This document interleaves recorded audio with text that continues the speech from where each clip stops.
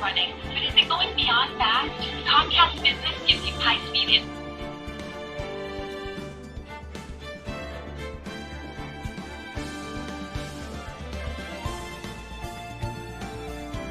Yo, what up, everybody?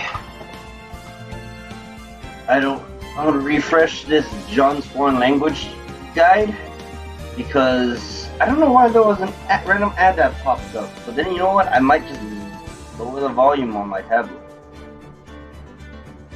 Yeah, let's do that. Okay, so we're back with this again. I said I would be, and here I am. There was like definitely some friends wanting to practice for Saturday's tournament. I'm just like, nope, gonna stream. I think I'm ready enough for a shop challenge that I'm okay skipping a day of practice right now. Good morning, Mr. Right. Oh, that sounded kind of weird the way she said it, I guess. Stretching that good. I should have tried to stretch that good though. So anyways, I hope everybody's been good today. For sure not streaming tomorrow. I'm going to a tournament tomorrow. Also because I have to meet up a friend. He's picking up some Love Live's Squaddo Festival 3 foils for me, so that's extra money to make back for the case. Morning, Maggie. So what do you think is going to happen today, sir? What do I think is going to happen? You're screwed. No, I'm kidding. Anyways, Fragile TK, thanks for the follow. If you're still here, if not, well, I'll drop you a message somewhere later.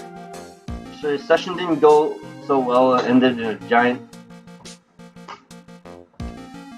mystery.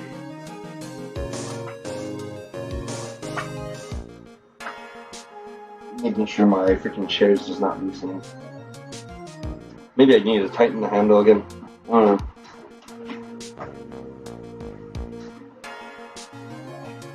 That's true, we still haven't solved a single part of it yet.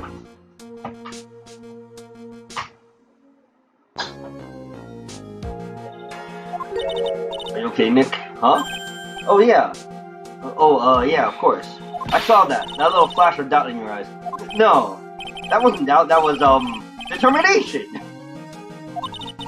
Yikes, Phoenix. Why don't I believe you? I don't believe you either, Maggie, apparently. Except Phoenix. Steady time, Maggie. You better get going to the dependency. Roger, don't let me down, Mr. Wright. I'm counting on you. So when should we spoil it to her that we're gonna let her down? I'm kidding, we're not, but... Hey, pal!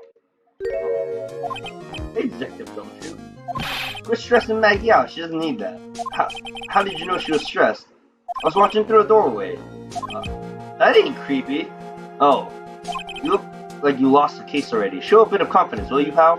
Here, maybe this'll help. Huh? Have you taken up aromatherapy too? Not in a million years, pal.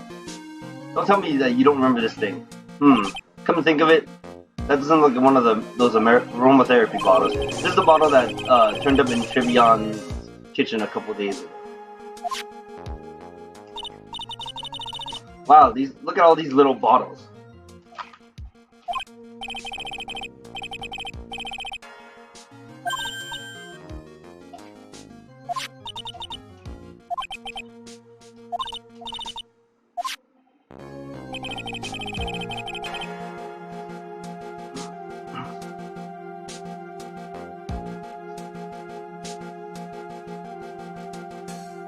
I didn't read any of that because it was past stuff that I realized, so I was like, it's okay, I can skip that. I was also stalling for time while I cracked into the cracker. We finally got the analysis results back from the lab. So, what is it? Is it poison? Is it a poison? I'm afraid not, pal. It's medication. Wait. That's what we needed. Medication, yeah. For years. Topical use only, apparently. For years, you mean? Yeah, it's medication Glenn Elg was using for his ruptured eardrum.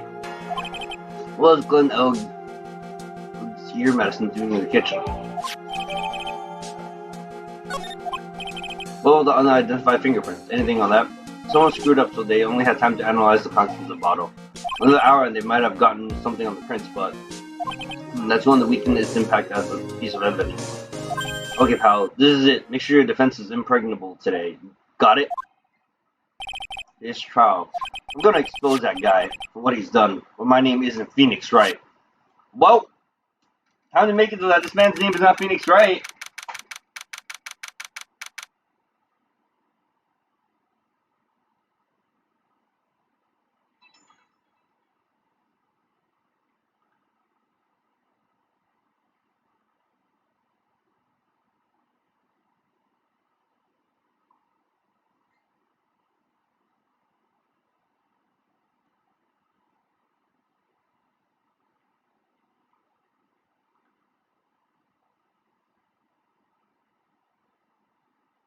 Sorry, borrowing to a buddy because he's borrowing some cards for a major tournament he's going up to. Yo, what up, Jesse? Sorry I haven't dropped into your streams, dude. I've been kinda out every time you stream. Or I think you were streaming while I was streaming yesterday. I'm pretty alright. Just been kinda working, practicing for tournaments a lot with some friends, and then just going to tournaments. Court is now in session for the trial of Maggie Bird. How about you, dude? How have you been? How's your streams been? How's life? I saw you also put that you're going to the Durngray concert. Card game tourney for White Shores, the anime card game. I'm not sure, dude. I put interested, but I don't know if I'm gonna go. Defense is ready, Your Honor. Oh, here comes Mr. Freaking the coffee update.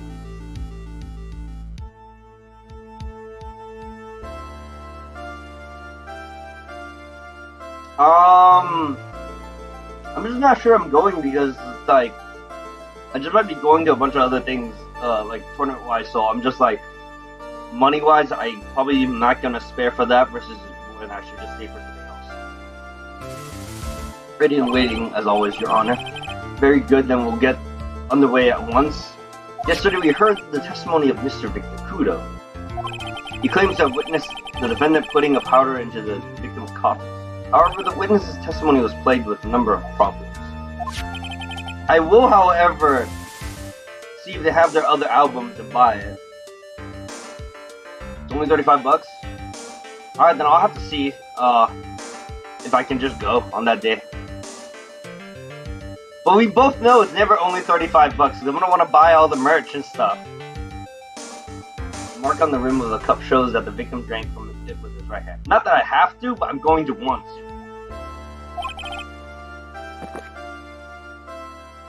But according to the old man's testimony, he picked it up with his left hand. Dude, you remember back when I used to buy all the merch? Yeah, dude, the sweaters were great. I still have some of them.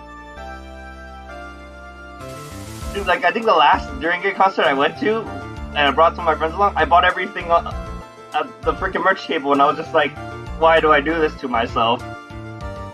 And then I don't regret any of it because it's great merch. Thank you, Mr. Godot. Furthermore, according to the witness's account, the victim was listening to the radio with an earpiece in his left ear. Yet, the victim's left eardrum was ruptured, which made him effectively deafened. Your ex kept a dear sweater? Oh, dude, that sucks.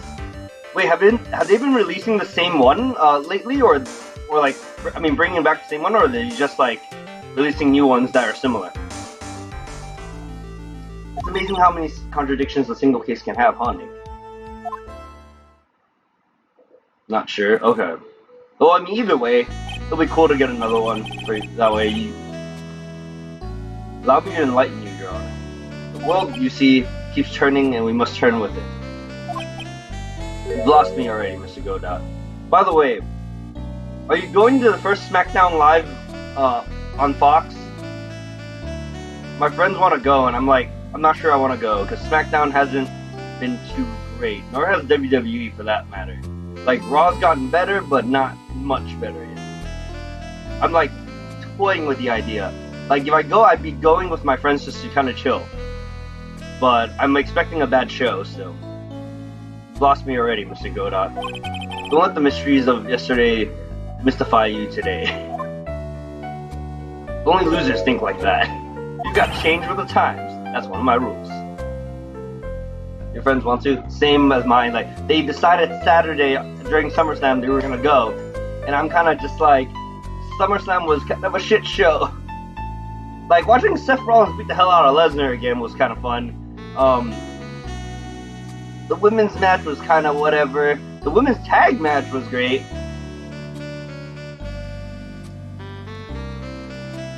Oh. Yeah, I just look at the results. It's just you not bother. It's kind of... SummerSlam was kind of a shit fest. Yo, what up, Thomas? Thanks for the alert. Are you implying that you resolve these contradictions? You know the answer to these riddles?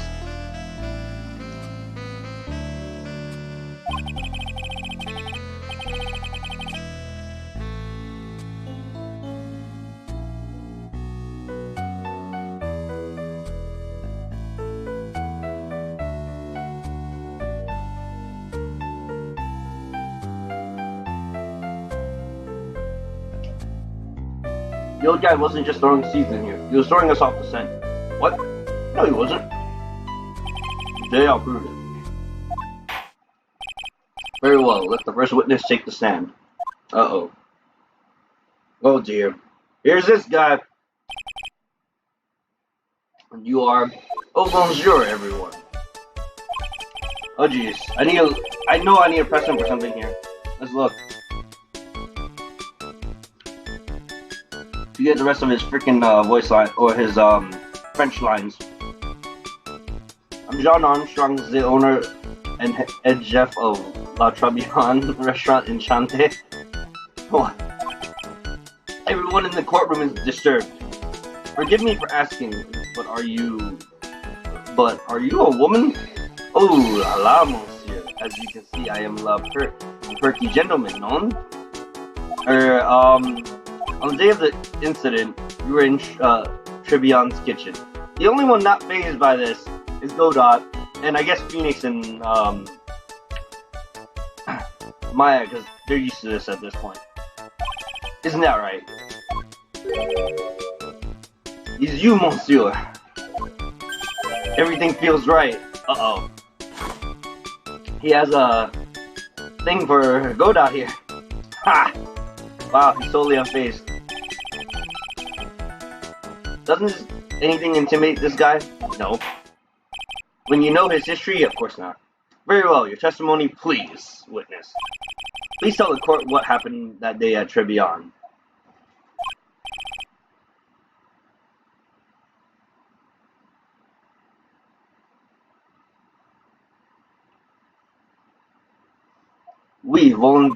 I just didn't even read that last part. I skipped it too fast. I should have just sat on it for a bit. So I gotta press every goddamn statement here to get him to say everything. When it all happened, there were just two customers in my restaurant. I remember I was experimenting with some new articles that day, like having a large mirror between the tables, for example. Perhaps that is what the old man was looking at. The cup, the earpiece, and the glasses. You have seen everything in reverse, no? A mirror! Grand mirror, the most enormous mirror. Waiting for some stupid thing about mirror on the wall to go on in this game. Yikes. And suddenly the mystery disappears. Like I said, the world keeps turning, so roll with it. Whoa, this man, did he just pun us? That would explain the coffee cup and the earpiece conundrum. The mirror would have made everything appear back to front. What the heck? It's way too early in the morning for this to be happening to me. No, it's never too early, right? This is your life. You begin your cross-examination. Now we get this dude off. I don't like this dude that much.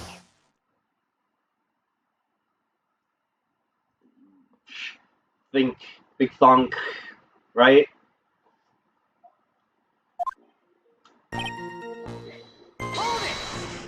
And who were the two customers exactly? My is, of course, the young man who died, and the other not so young man. You're referring to yesterday's witness, I presume. What about the other man Maggie said she saw at the table? Something tells me Mr. Armstrong isn't planning to disclose his existence. We need some hard evidence first before we can bring him up, don't we? I guess I'll have to try a different approach for the time being.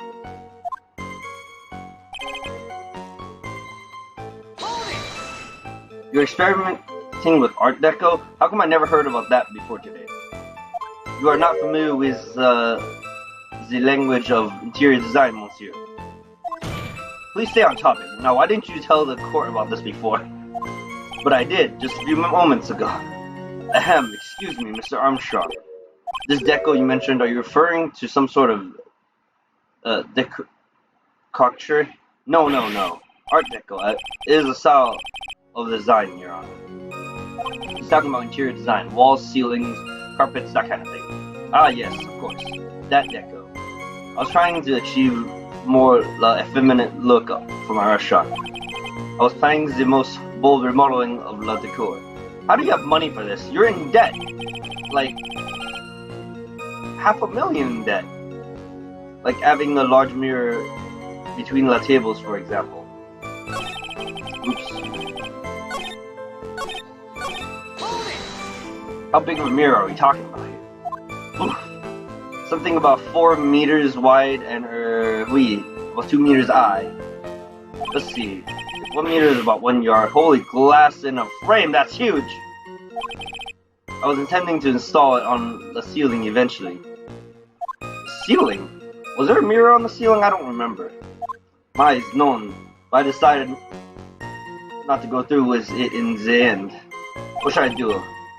Should I ask him more about the mirror or not?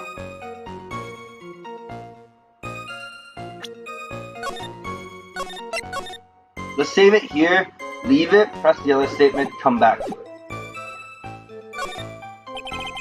You shouldn't lie about a huge object like that. It must have been somewhere in the restaurant somewhere. So the witness yesterday had seen the victim reflected in a mirror. Normally I'd expect people to know the difference between a reflection and a real object. Objection! Normally, how does normality come into this? That's lame, right? Even for you. Huh? Are you trying to say that something isn't normal, it isn't possible? Is that it? Look. Where does that leave the porky-headed lawyer and the top-knot chick over there? And the ungodly cool guy with the mask over here? Well, try it. Ungodly cool? I don't know. Not the hair. I do not have a top knot. Well, you kinda do. Mr. Godot is correct. The lack of normality is no basis for counting an argument. Which is also true. I mean, hello, Gundam Seed, freaking Mula Flaga, Mu the Fortress of Flaga, Mr. Dude, I make the impossible possible, took a freaking anti-fortress cannon to the face and survived. Twice. He blocked the first one and got wrecked. Second one, he just straight blocked.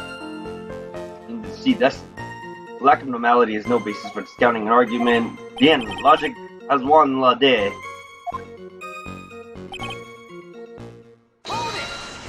Everything? You would have seen everything in reverse? Oui. Hey Nick, you should take a second and think about what old CD said in his testimony. How did he phrase it again? The boy was wearing the earpiece on the same side as the green lens of his specs. No question. You can lock me up if I'm wrong. It was his left ear, without a doubt. And then he used the same hand to pick up the cup, his left hand. If he saw everything he described reflected in a mirror, then everything he said saw on the left was actually on the right, huh? And that clears up all the problems with his testimony, I guess, or does it? Ha! It's kinda hard to believe everything's the fault of a mirror, but do you think old CD saw everything through a reflection? If he did, it would explain all the contradictions in his testimony. But that just makes the situation worse for me. There's gotta be something in that old man's testimony. We've just gotta dig deeper.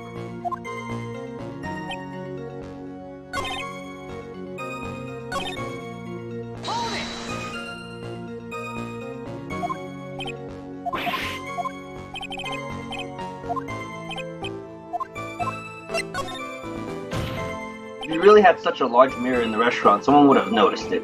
But there's nothing about a mirror in Mr. Kudo or Maggie Bird's testimonies. But... Objection! You didn't ask, right? You have only yourself to blame for such sloppy work. What? The mirror was delivered to Trevian that day before the incident. Really? As Mr. Armstrong testified, he was carrying out some design changes. As it turned out, he didn't actually use a mirror in the end.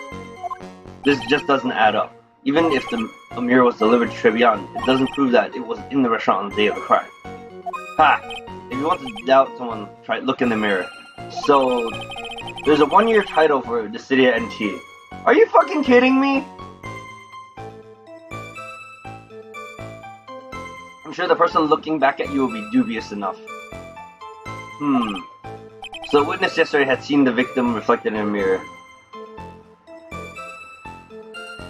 You telling me I gotta play that goddamn game every day for an entire year? I stopped doing like daily though. You know what? I'm gonna do what I did last time to get the end of 90 days. That's what I'm gonna do.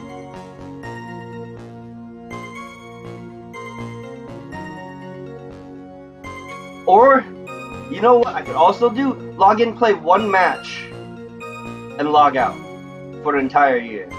We'll see. Wait, when did you find out about this title? Was it just updated in?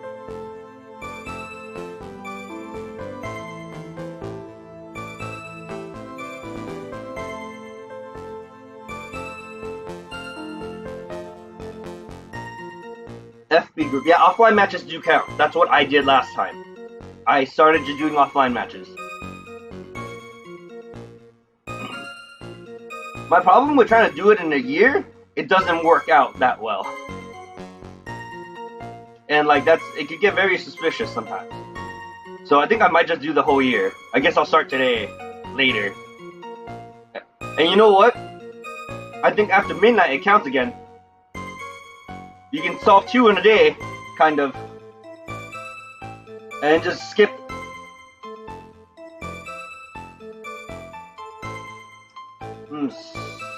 So the witness just said, "I've seen the victim reflected in a mirror."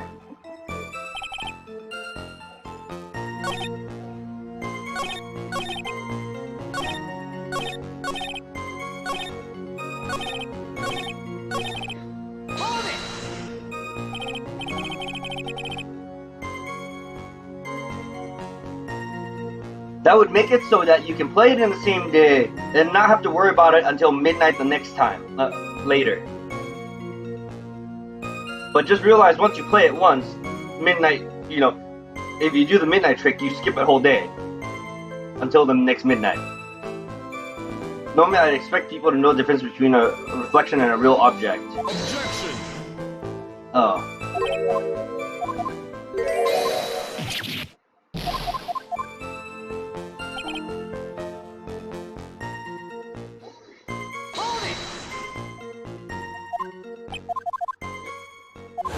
I'm just like making sure.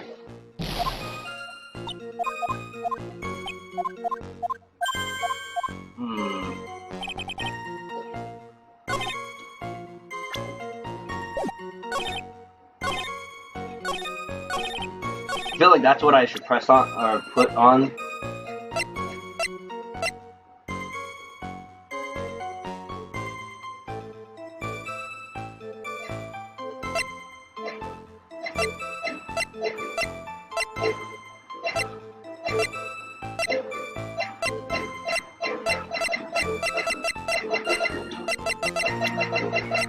He does actually wear it on his left side though. So let's present that. The coffee cup, the earpiece, and the HMD.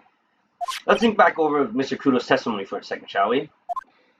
The boy was wearing the earpiece on the same side as the green lens of his specs. No question, you can lock me up if I'm wrong. It was his left ear without a doubt.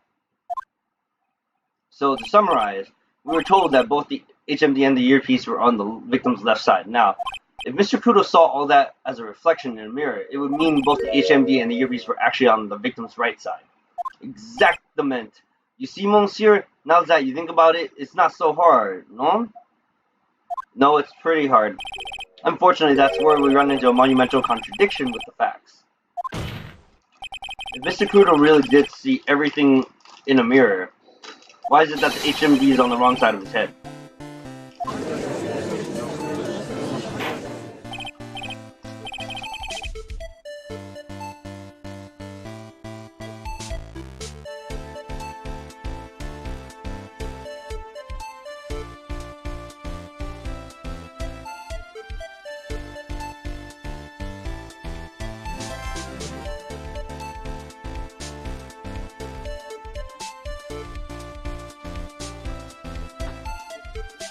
Order. Mr. Wright is correct.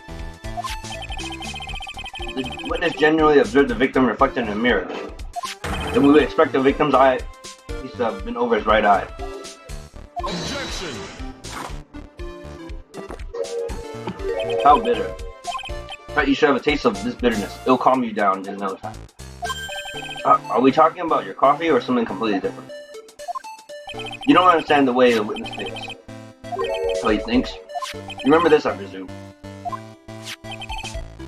I broke the base sorry apology letter. I mean, Mr. Kudo's sworn testimony?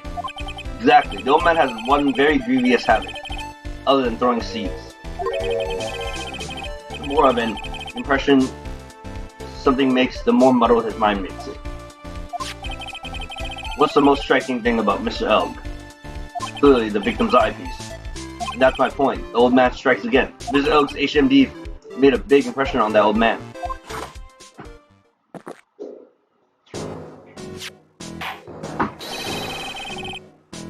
Saw the earpiece and those newfangled spectacles he was wearing.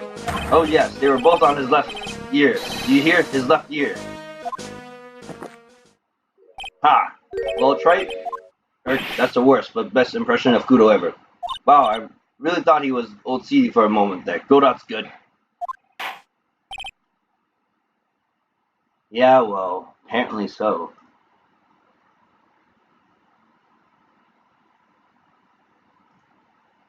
The hell?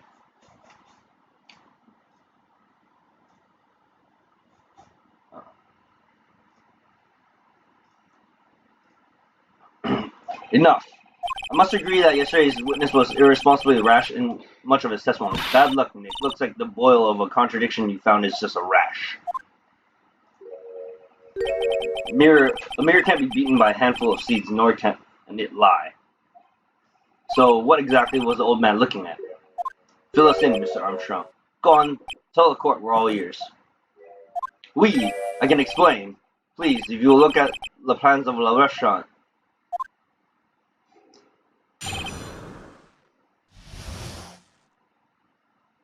There's some on every statement. Allures, is everyone sitting comfortably? The mirror was in the middle of the restaurant, dividing the two halves. There's only one seat from which you can have seen an image of the victim.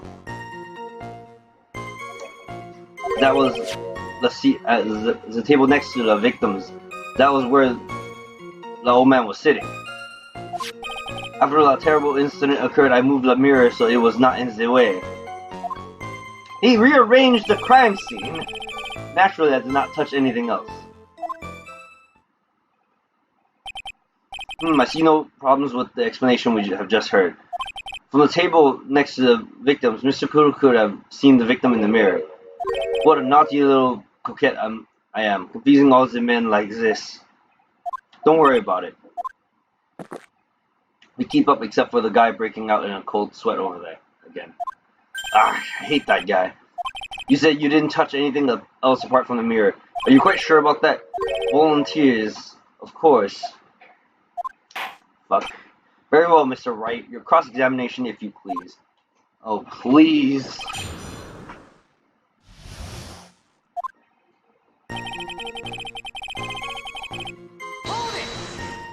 So run this by me again. The mirror was here, correct? Really? Because I know if I were you, I wouldn't put a mirror there. It would be in the way. Objection! Look who's talking, Trite. Huh? You're obstructing my view, among other things. But, this is my seat in the courtroom. Trebion's charm is that it gives you the impression that you are the only customer. Temporarily placing a mirror in the spot would hardly be in the way. Unlike you, trite. Wow, rude! Tell you, monsieur, the mirror was there. It was in the middle of the restaurant.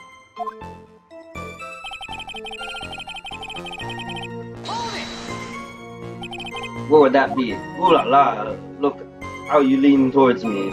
I always attract the younger boys. Maybe I should keep you in suspense a little longer. Mr. Armstrong, tell the court what you know at once. I attract the older ones too, you know, handsome. Shall I tease you too? Uh-oh.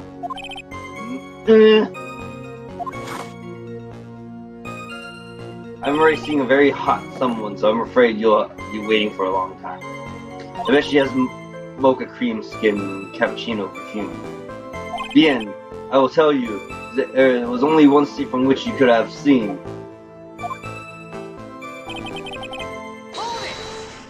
Why can you only see the victim from that particular seat? My, monsieur, it's obvious. Not only if you have a look at the plans that you will understand. The victim would have been reflected in a mirror like so. If you were sitting at the table next to him, you would see everything, no? So that's the seat OC was sitting in on that day, when the poisoning happened. The old man was sitting at the table next to the victim? Why does that seem kind of odd? Did you move the mirror while Mr. Kudo was off calling the police? Oui, exactly. I carried it out of the restaurants then. You moved a huge mirror like that all by yourself. What can I say? I know how to pick things up. Handsome. Oh no. Good. Dora actually laughed at something. Why is that the surprise to you? Maya, please. Well, given the witness's physique, I suppose it's possible. It is possible. Did you move anything else from the crime scene, Mr. Armstrong? I look like the obliging type, no? Naturally, I did not touch it. Are you sure about that? I touched nothing except the mirror. Mr. Wright, is there something the witness has said that doesn't match the crime scene? Yeah, there is. I just can't put my finger on it. What exactly? Ha! Suffering from a case of heartburn, trite? Ooh, I have just the thing for that. An oil with golden myrrh and frankincense. Or steins.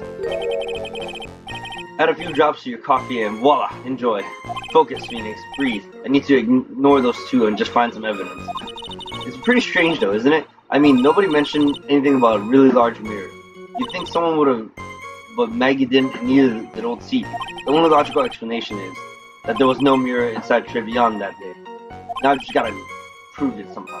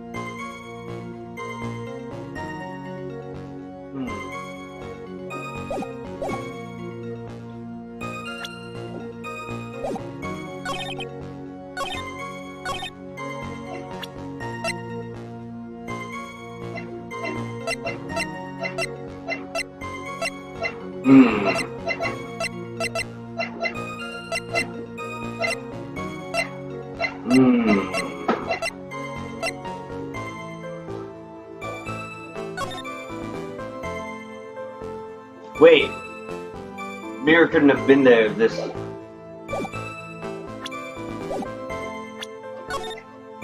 Let me save real quick. Present that.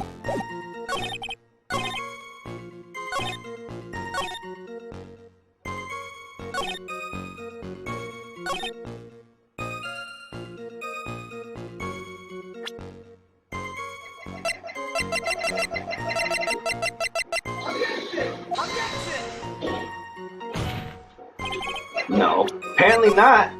Even though it's fucking, you can clearly tell.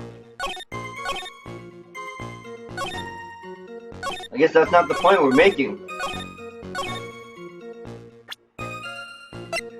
Objection! That doesn't work either.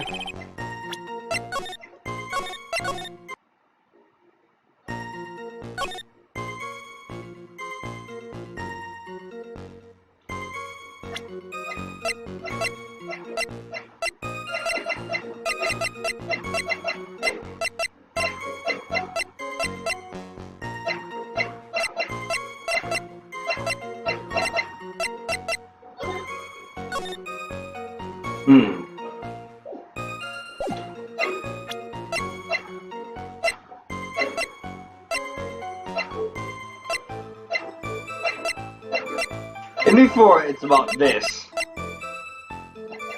There was no broken vase there.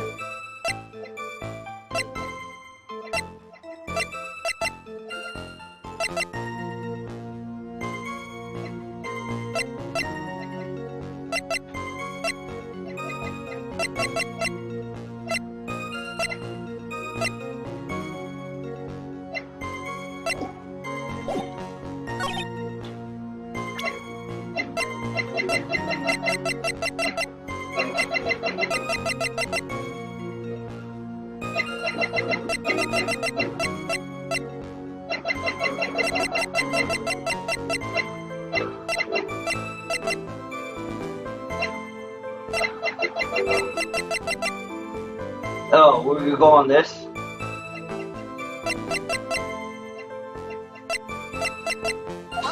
Nope. That's not it either.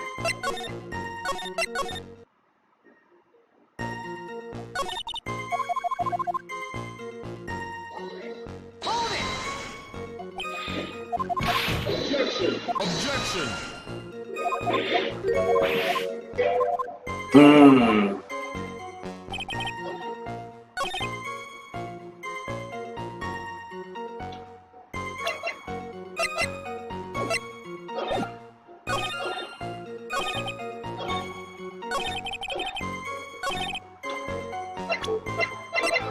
What the shit?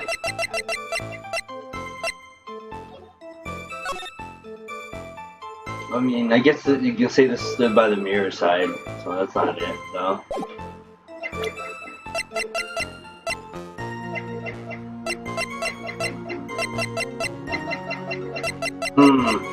Let's do this or this.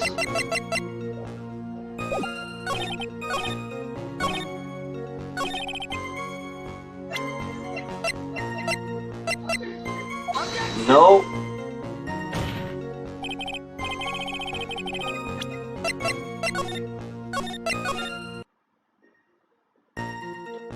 Yikes. There we go, I guess it has to be this then. Your Honor, Mr. Kudo's exact words strongly contradict Mr. Armstrong's testimony. This is the letter of apology that was written by Mr. Kudo, is it not? I realize it looks useless, Your Honor, but this is still testimony. Ha! I guess useless people are really good at identifying useless things. What relevance does this scrap of paper have to the trial, Mr. Wright? Mr. Kudo's testimony is actually very relevant to the question at hand, Your Honor. Because it very clearly contradicts with this piece of evidence. Wait.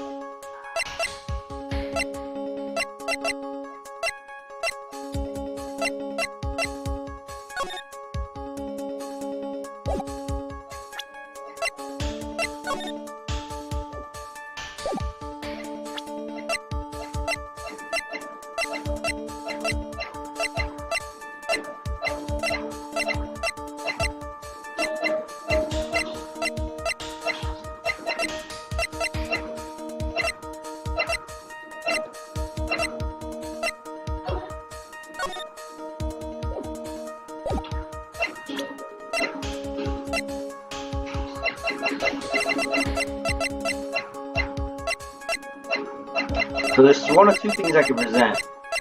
This or this.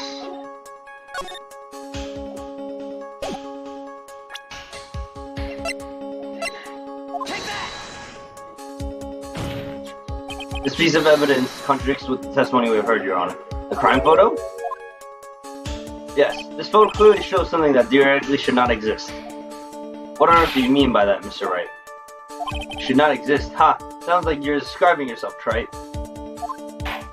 Now then, the defense would please clarify this statement. What's something that does not exist? Shit, this side.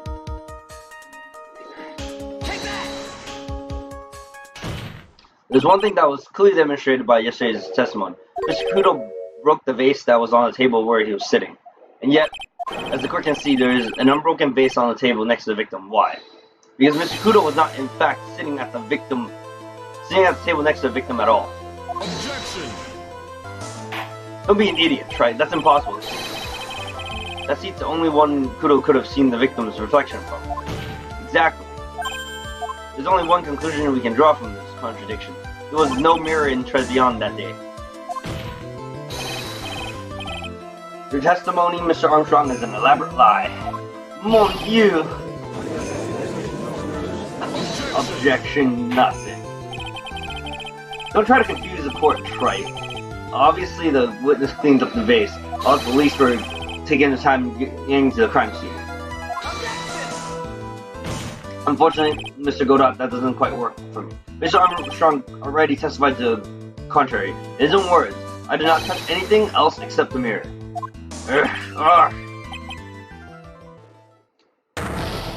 He drank, gulping down the coffee. What? Well, witness, what do you have to say for yourself? Sniffle.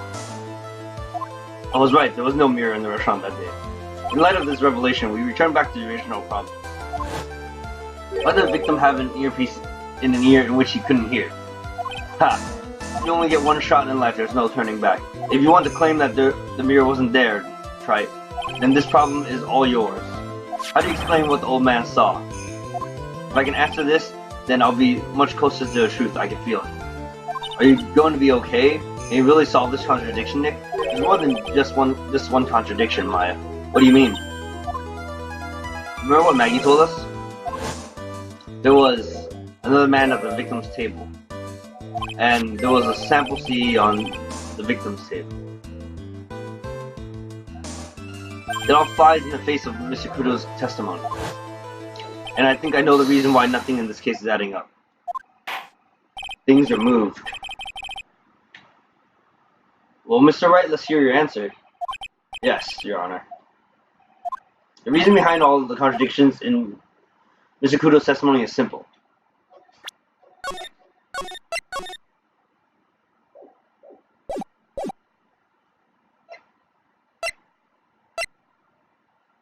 Mr. Kudo made a mistake, the ear doctor made a mistake, the victim was a phony.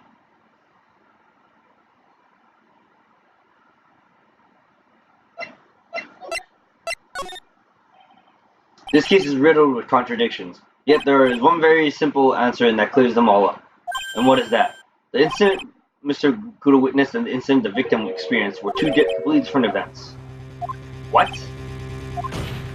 Yes, the victim that Mr. Kudo saw wasn't Mr. Glenn Elg at all. It was an imposter, a phony pretending to be Mr. Elg. Obviously, unlike the victim, there was nothing wrong with the imposter's left eardrum. And that's how he ended up wearing the earpiece in his left ear by mistake.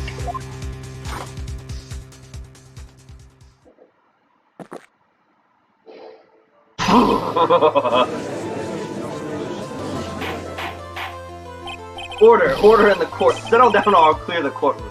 Quiet, Grandpa. I'm gonna clear out of here, huh? What did you say?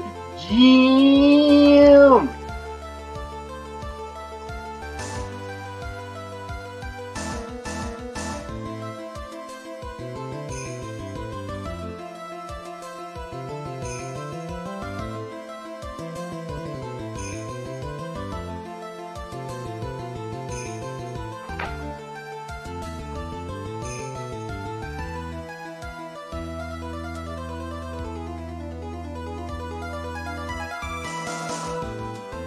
Godot is ballsy.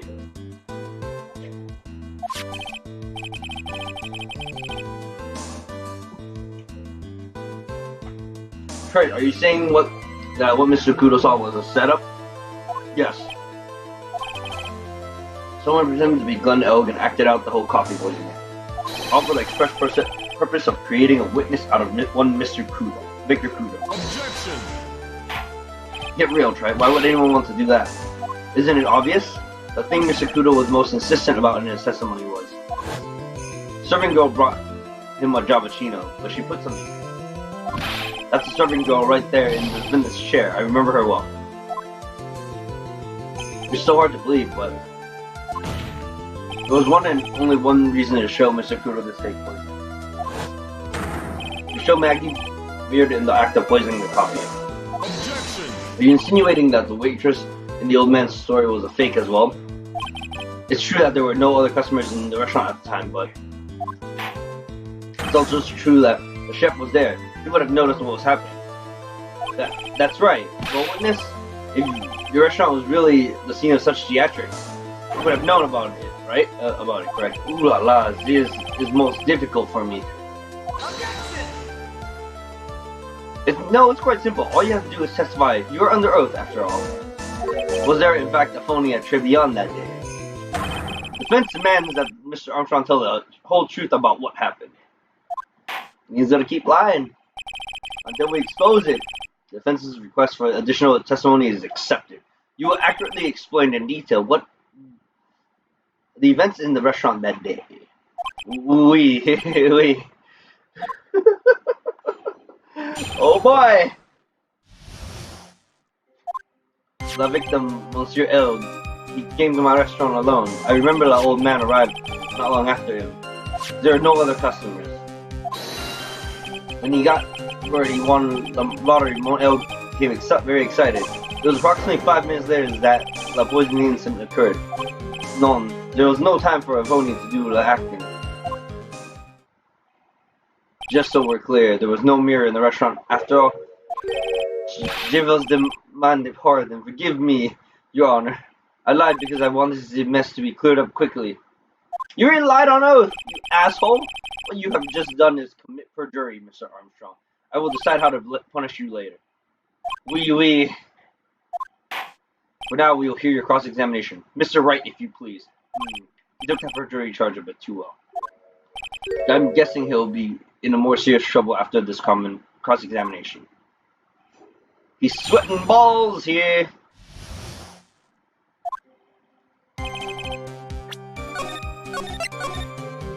Press him on every statement. However, after pressing on, I remember the old man arrived not long after. Choose how many minutes after.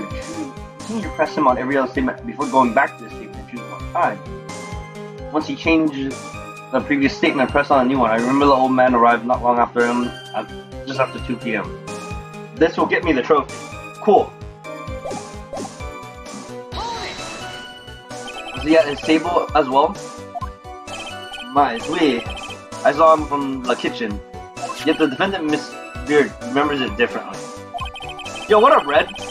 She swears there was another man at the victim's table.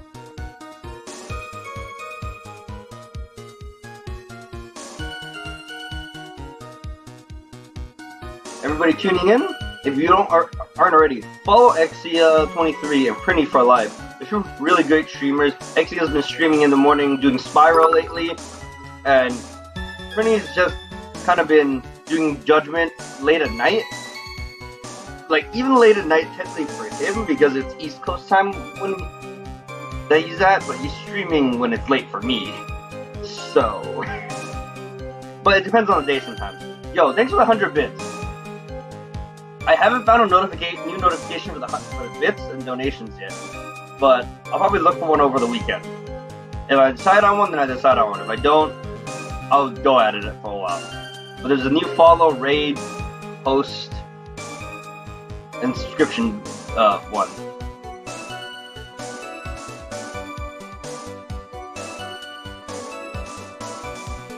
Yo, Red's got the top bit again though. Wait. How did Logia donate 0 bits, though? What the hell? And he's on the board. She swears there was another man at the victim's table. Objection! Red, how are you today? Ha! Unfortunately for you, Trey, yesterday's witness also testified that the victim was alone. You know, seeing you squirm like that reminds me of a certain coffee's bittersweet bite. kind of coffee has he been drinking? It's not coffee, it's love. It's love that's bittersweet. Hearing Maya say that makes her seem wise all of a sudden. Please, Maya. I can see this as a notification. Lol, him tapping the paper. What? Him tapping the paper being the notification for the bits? Maybe. I'll see. But I have to find the soundbite for it somewhere. I'll probably look on YouTube if anything. You like Phoenix doing this, right?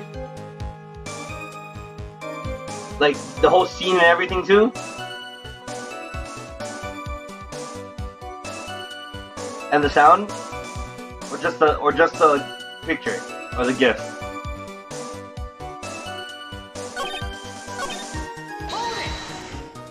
By old man, you mean Victor Kudo, correct? Oui. He comes often for my special coffee. I drank a coffee once, Cassandra. Special, I'll give you that. It's worth a sip just for the experience. Oh, you make me so happy, monsieur. You're most welcome anytime. I said it was worth one sip and nothing more. The gift? I'll see about that. And then I gotta see if I can find one without the text box. Or if there's a text box in text, I gotta find it with the right one. I'll see though. That's assuming I can find a GIF on somewhere too. Like I don't know how to make my own on that because I'm not good with Photoshop to that extent. So Mr. Kudo arrived at the restaurant around the same time as the victim. Maybe I should ask about his arrival in more detail.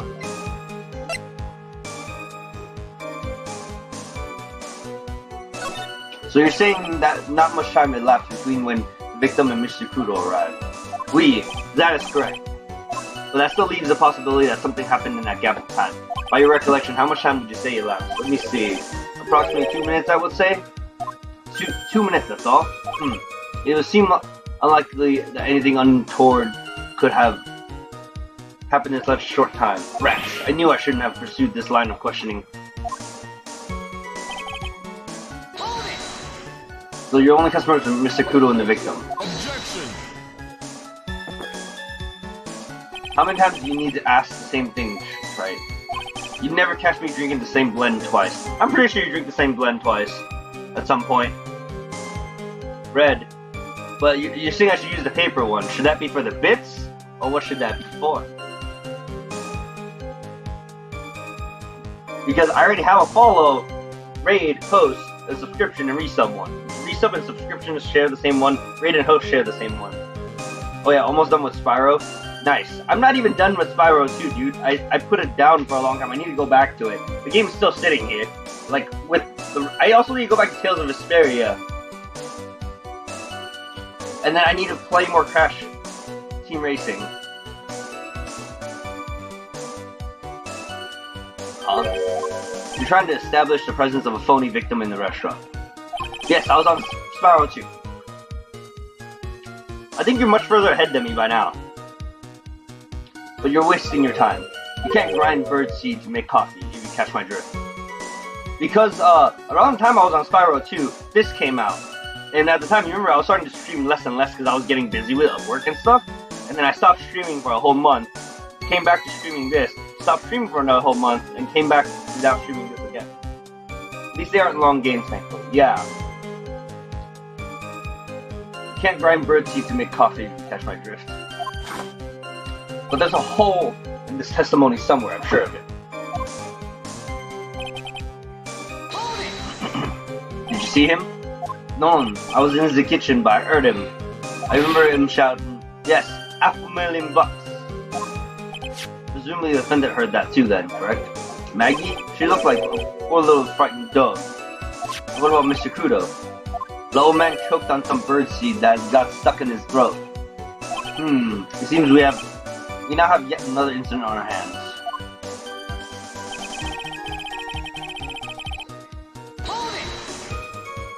And what were you doing at that point? Without any customers, you must have had time to kill. I am a multi-talented woman, monsieur.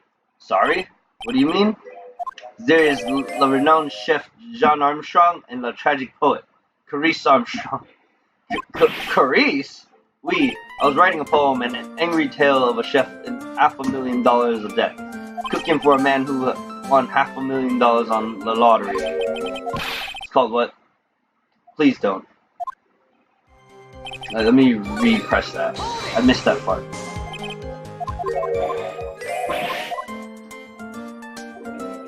It's called Pourquoi. It means why. Perhaps I could recite it for the court. Please don't.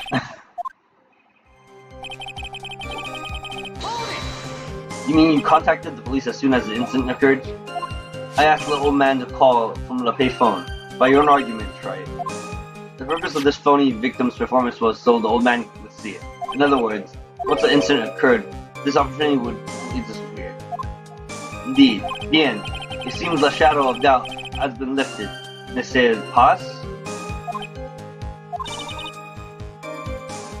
I guess Mr. Armstrong's connected to this case, huh? Absolutely. Someone was impersonating Mr. Elgin. I refuse to believe he was oblivious. He was there the whole time after all. But if you're right, wouldn't Maggie have noticed too? She fell unconscious when the incident occurred. Ah, you mean that's when the phony staged his act? We'll know for sure once I find a hole in this testimony.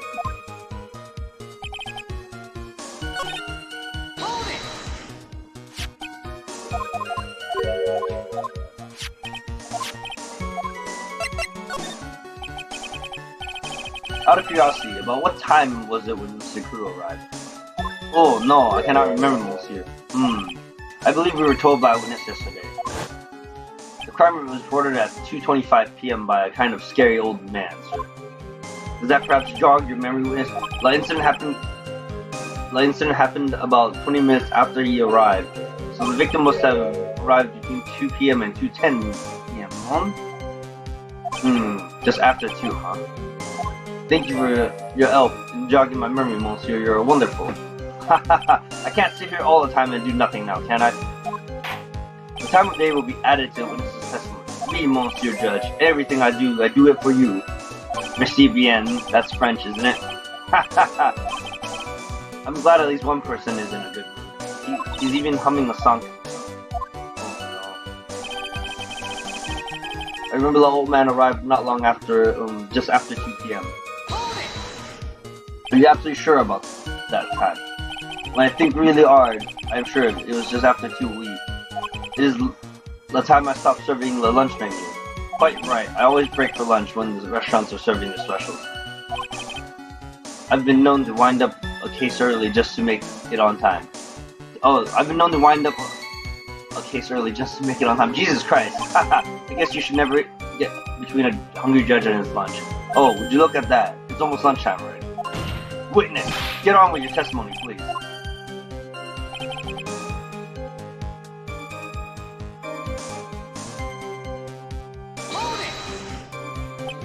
Objection. What? I missed somewhere or something?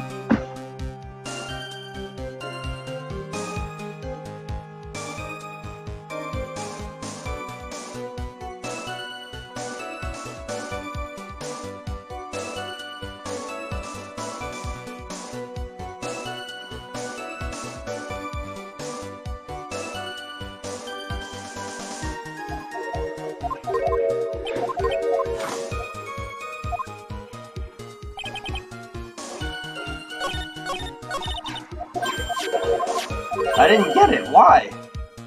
Damn it, I have to redo it somewhere? Oops.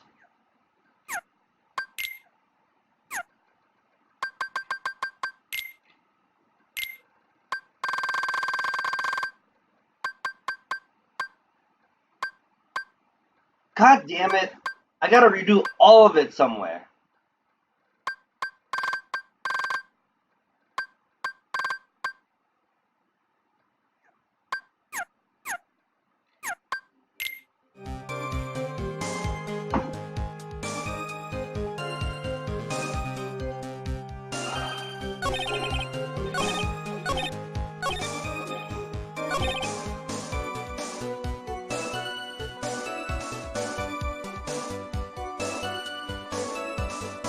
Oh, I know where.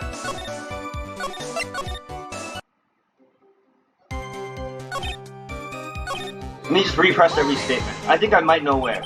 Because I'm pretty sure I did all the other ones. Objection. Oh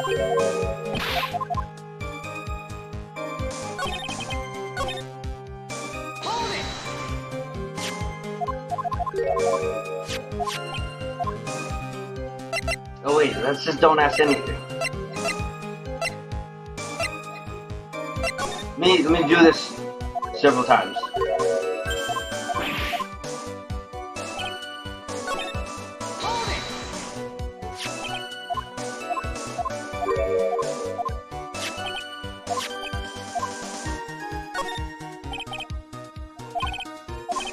I think that's enough about coffee pieces of tea. You're welcome anytime, Monsieur. Right, I'll brew something special for you.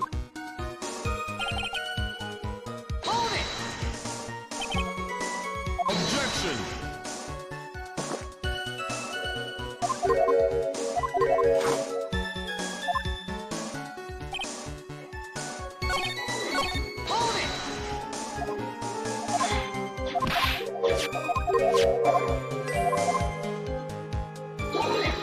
The upside is I can just go back to a specific point and press everything, and just present a million things.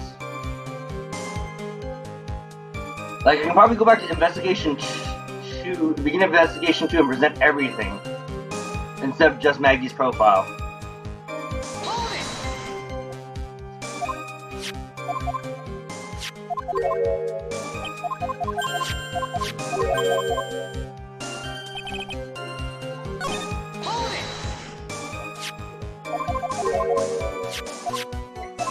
Let me ask this again.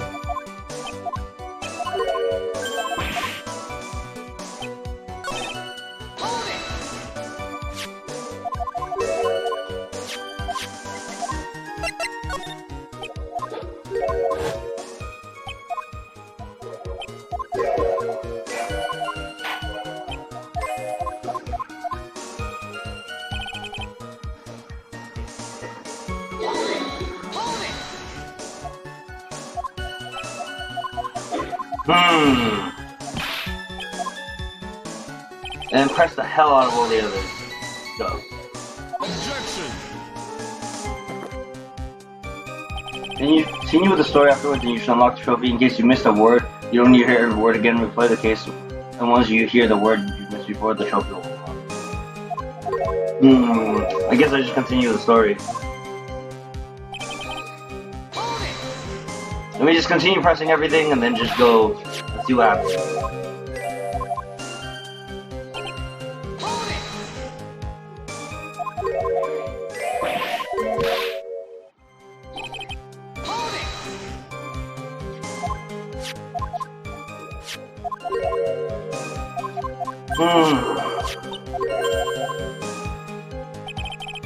Now save right here.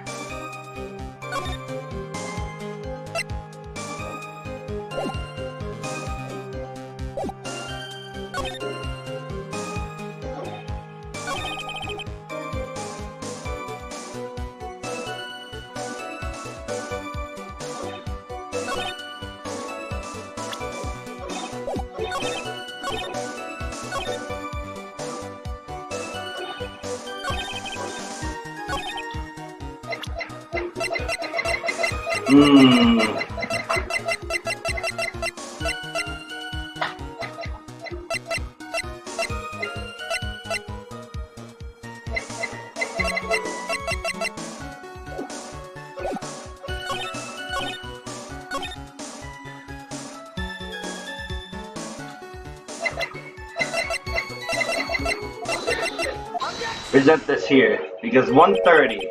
I'm afraid I finally got you, Mrs. Armstrong. Well, what do you mean? At the time in question, the victim was listening to the radio with his earpiece. The show he was listening to was Millionaire Hit Radio. Each week they announced the winning numbers of the $500,000 lottery ticket. That must be the show Mon El was listening to. I can't see any problem with the testimony, Mr. Wright. I wonder. You say the victim arrived at your restaurant after 2 p.m., correct? Oui. I'm sure of it. I remember it perfectly now. I know that it was that time because I had just finished serving the lunch menu. Get to the point, try if you have one. The show is broadcast live at 1:30 p.m. and it claims to be the most thrilling 10 minutes of your life. It's on the air at 1:30. Now, supposedly the victim made some noise when it was announced that he had won. And yet, I don't believe his cry of joy could have occurred after 2 p.m. because the show had already finished more than 30 minutes earlier by that point in time. None! This victim would have been told about... We've been told about has done nothing but the impossible. Listening to the radio with a ruptured eardrum, catching the show that was already over. There's only one conclusion you can draw from these facts. I know, right? Thomas Rip indeed. For my freaking trophy. This victim was an imposter acting out the poisoning 30 minutes after the real murder. Yes, there were 2 Glen Elgs in Trivion that day. The real Glen Elg, now dead, having been poisoned by the real killer, and the phony Glen Elg acting out the events for Mr. Cooter to win. It certainly seems that way. I mean, if that wasn't the case, then how would you explain the time discrepancy? Objection! Quite a performance, Trite. You were almost on a roll. Sadly, you lack a rock-hard foundation of rhythm to build your song. What is this, Music Theory 101? Let's recap. According to your imaginative theory, it's now just after 2 p.m.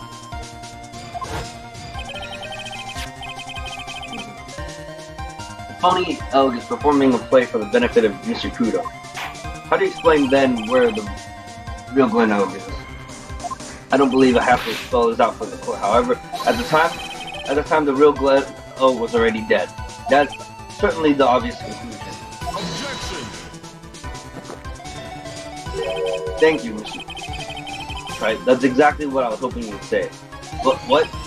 Now then, I presume you can prove this theory, but can you explain where the missing corpse went to? The missing corpse? According to the old man's testimony, there was only one other customer there. If that customer was the phony Glen Elg, then where did the killer hide the body of the real victim? Narg!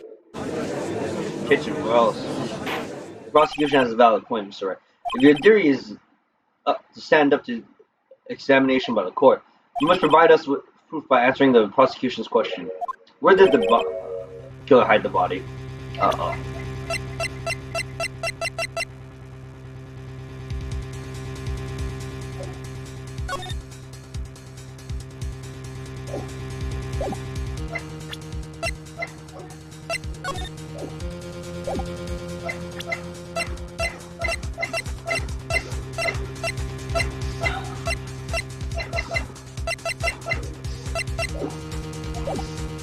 Yes, Your Honor. No conjectures, right? Let's hear some facts for once. Show the court a piece of evidence that proves where the body was hidden. Evidence? What's with the intense pressure in here all of a sudden? I thought I had him with that contradiction. But he's turned it all around and backed me into a corner instead. Well, Mr. Wright, the court will... fuck. Stay here then, yes. The court will now hear the defense's theory and evidence. First, where was the body of the real concealed Mr. Elg?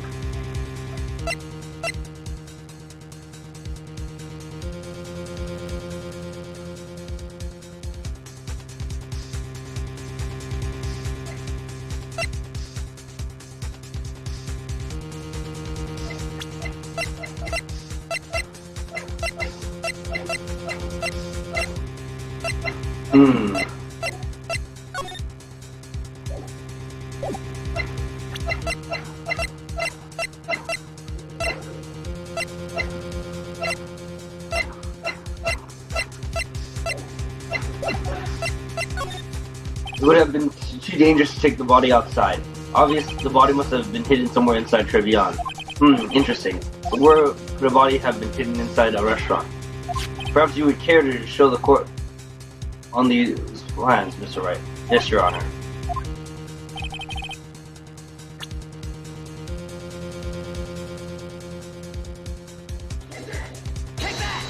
The body was hidden here. I see. Nice supposition, but the real question is, can you back it up? Where is the evidence that proves the body was hidden in that location?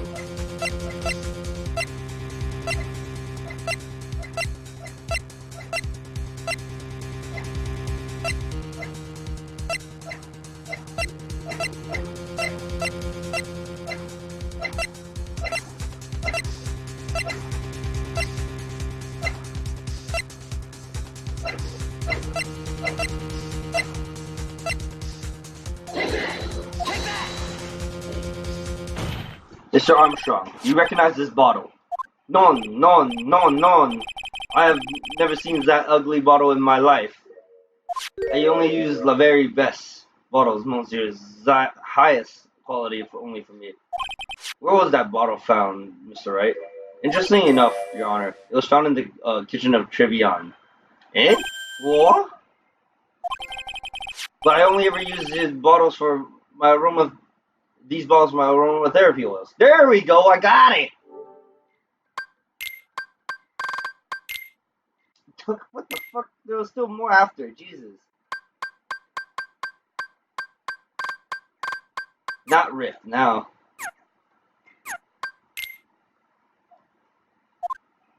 But this bottle doesn't contain aromatherapy oil, Mr. Armstrong. No, it contains a medication. What kind of medication? I'm sure everyone remembers, don't they? That Mr. L visited an otolaryngological clinic and was given medication that day. You can't be serious. The vents had the contents of the bottle analyzed, and I have the lab results here. Contents of the bottle matched the prescription that was given to Mr. L. Glenn Oak murderer hid the body in the restaurant kitchen. At which time this bottle fell out of the victim's pocket. Mr. Armstrong, when the incident occurred, didn't you say you were in the kitchen? Mon Dieu. Yes, you know what I'm about to say. It was you who hit the victim's body. You did a fine job pretending to defend my client, Maggie Bird. However, you're setting her up to take the fall behind the poor girl's back. Non! Yikes. Order! Order! Order! This is an extraordinary development.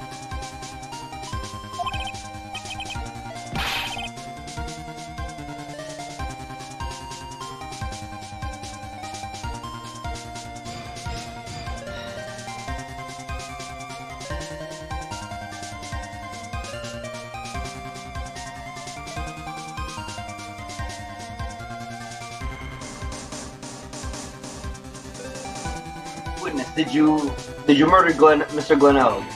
Never. I could not do such a horrible thing. No.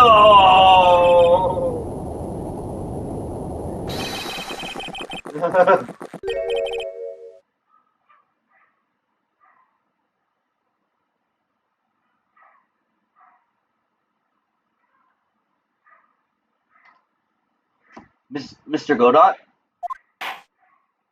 The bitterness. Every time I get lied to, I always down a mug of coffee. That's one of my rules. Do you have the slightest idea of how many cups you've had by now? This man should be dying. Or getting, I don't know, getting some kind of craziness happening to him.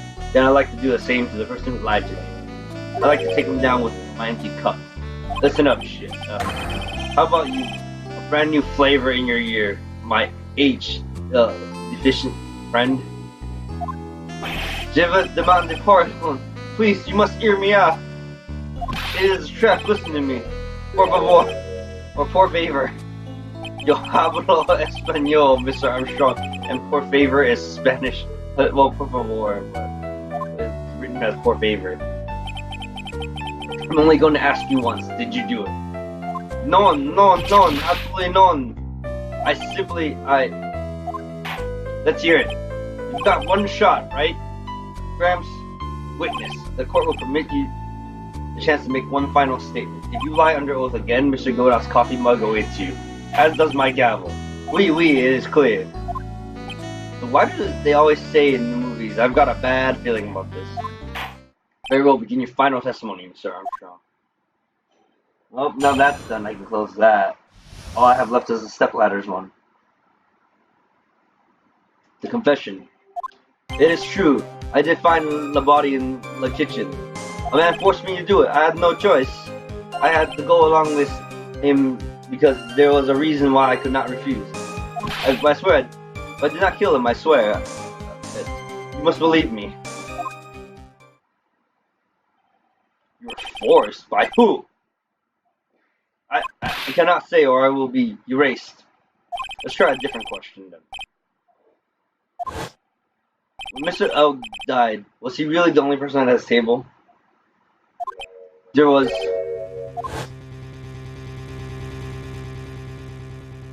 another man.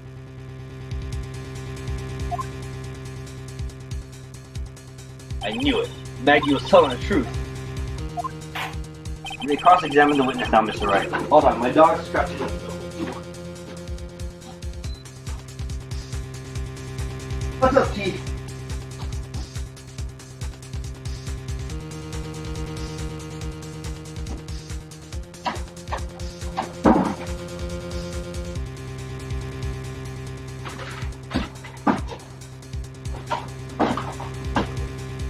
TK, what are you licking your nose and licking your chops for? What would you eat?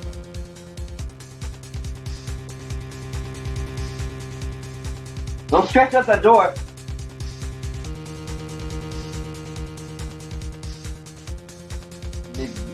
Cross-examine the witness now, Mr. Wright. There's one more thing I need to do. I gotta break this guy and get him to tell us the name of the real killer. The confession. Oh boy.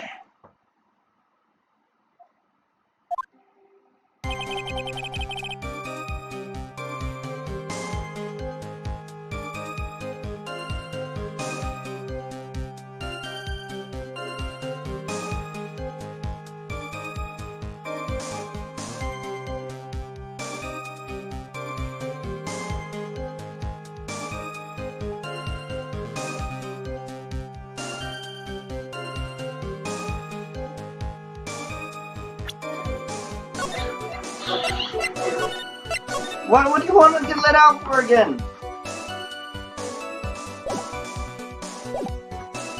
Alright.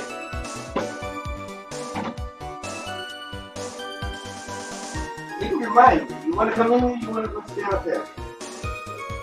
Alright, just go outside.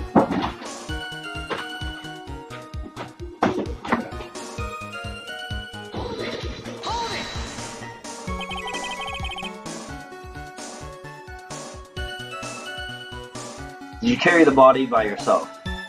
I carried him, and I carried Maggie too. Maggie too. When she saw the victim, she fainted. My dog, I swear to God. She fainted. The victim collapsed, she fainted. I could not leave her there. But why did you hide the bodies?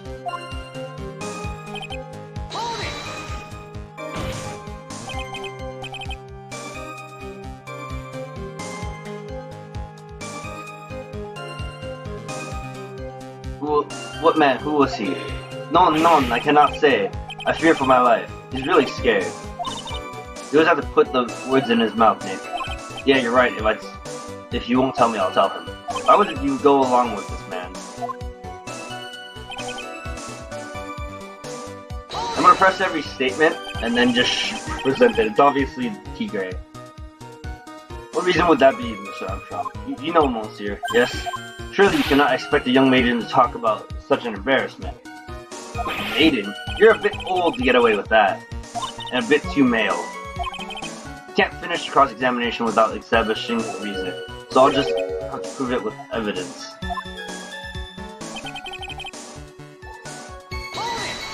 So you are claiming that all you did was hide the bodies, is that correct? Please, that's right. If we are to believe you, Mr. Armstrong, you must tell the court everything. You must make clear the identity of the man who ordered you to do this. He's already confessed this much. You might as well stop dancing around the real issue. Yeah, but he doesn't want to tell us who the killer is. And sock it to him, Nick. Yeah, that's not a bad idea.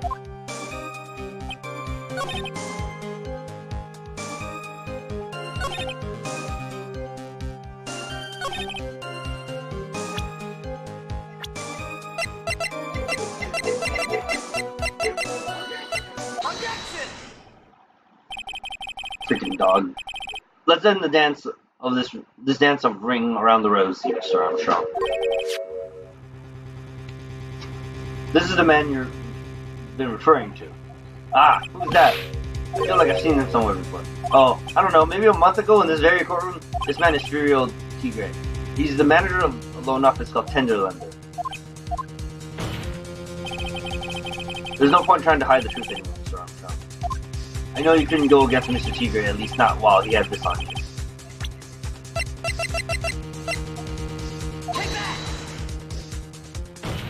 A $500,000 loan from a black market loan shark. And you had no way of paying it back, did you? That's why you were forced to do anything this man told you. It is as you say. Mr. Armstrong, the tiger, he told me he was going to use my restaurant for a business rendezvous. On the day in question, he was meeting the victims to demand that he repay his loan. I don't know why it happened like that.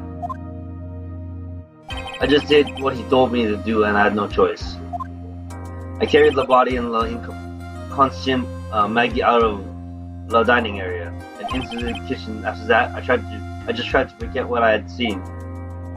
I think we can safely say that the man who forced your hand was Mr. Furio Tigre. I do have one question for you, Mr. Armstrong.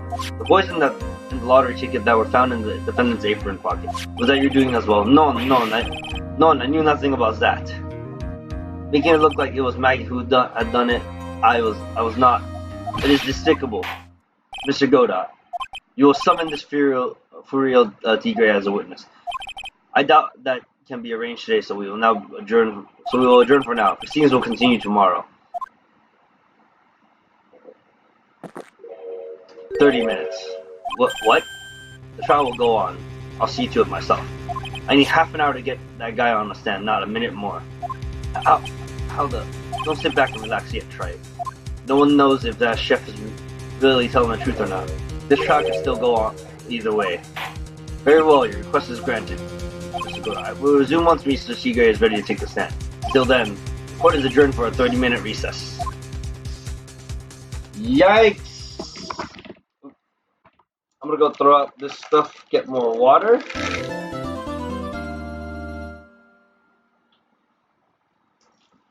And we are back. Let me save, though.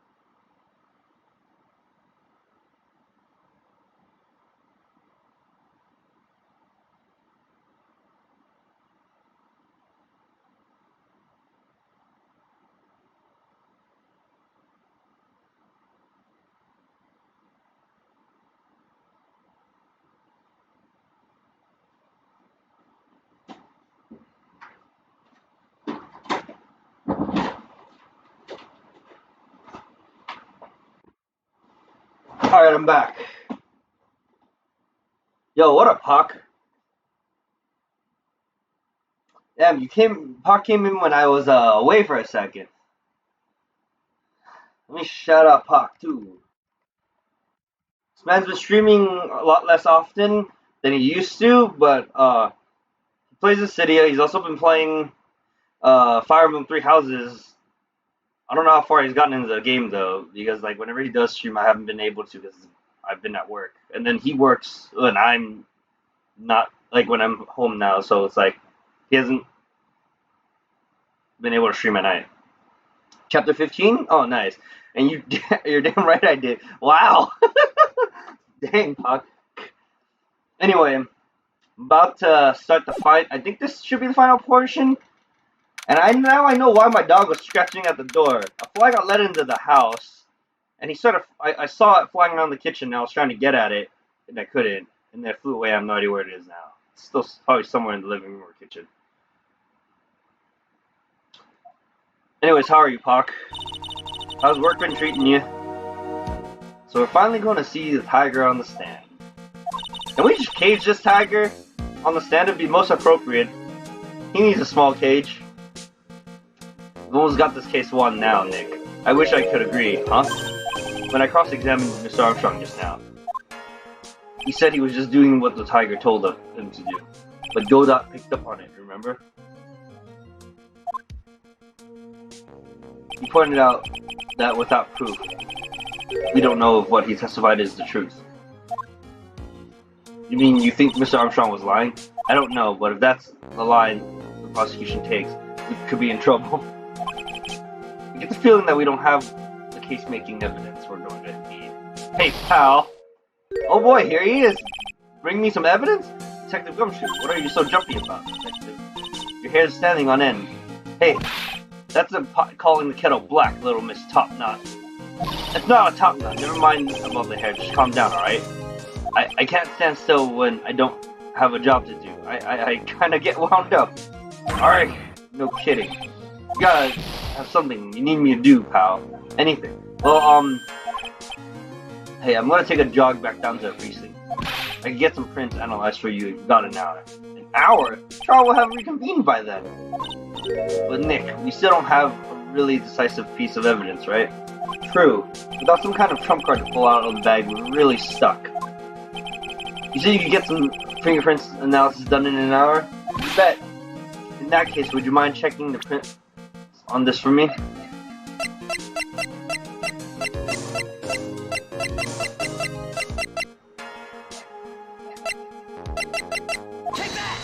We're going back to the station anyway. Can you find whose prints are on this? Oh hey, that's a small bottle I gave back to you this morning, right? Yeah, I think it's time we solved the last mystery of who the prints on it belongs to. Sure thing, pal. Actually, that's been gnawing at me too. Small bottle given to Detective Gumshoe. Okay, I'll get this off to the lab right away. Just make sure you don't lose this case before I get back. Time to lose the case before I get back. I'm throwing harder than when I throw tournament games because I'm down and my opponent got a pair down. This is pretty much the final showdown, I guess. It's time to separate the phonies from the real guys. Well, the real guy and the phony are gonna be in the same freaking spot again. So I don't know what you want from me, Maya. We're already separate anyway.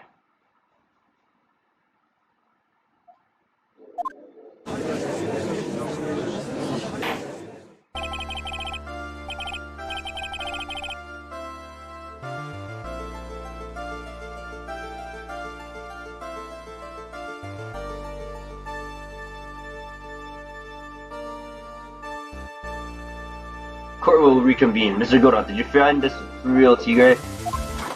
I even tamed him for you. It was a 3-cup job, no problem.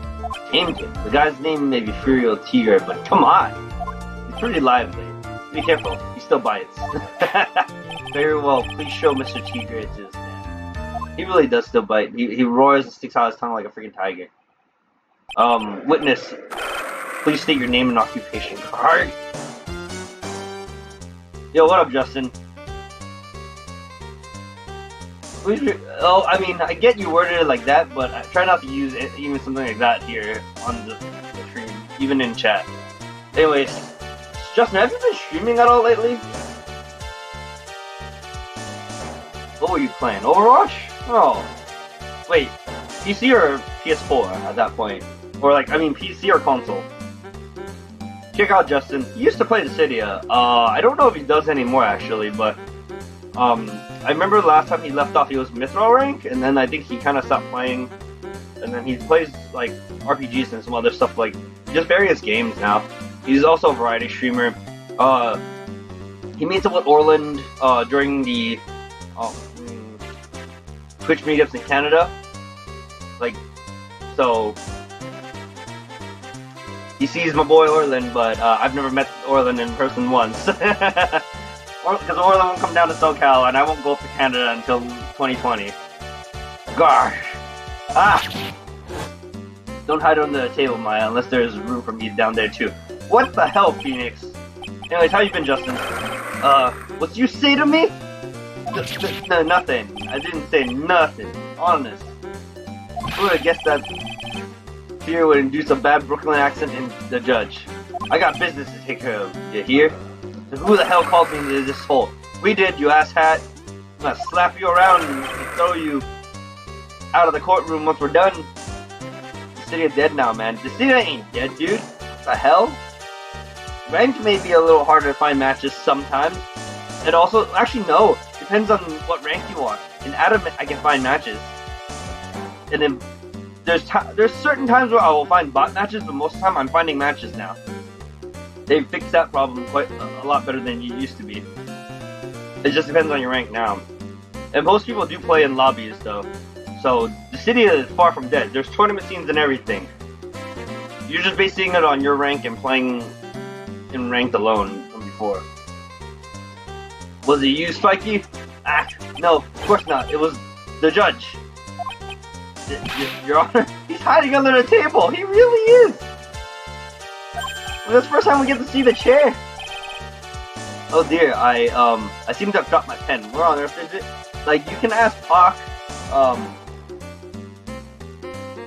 Exia, and some of them. Like, we all, like, Exia recently played too, when Tifa came out. And then he occasionally plays every now and again. Pac still plays on occasion.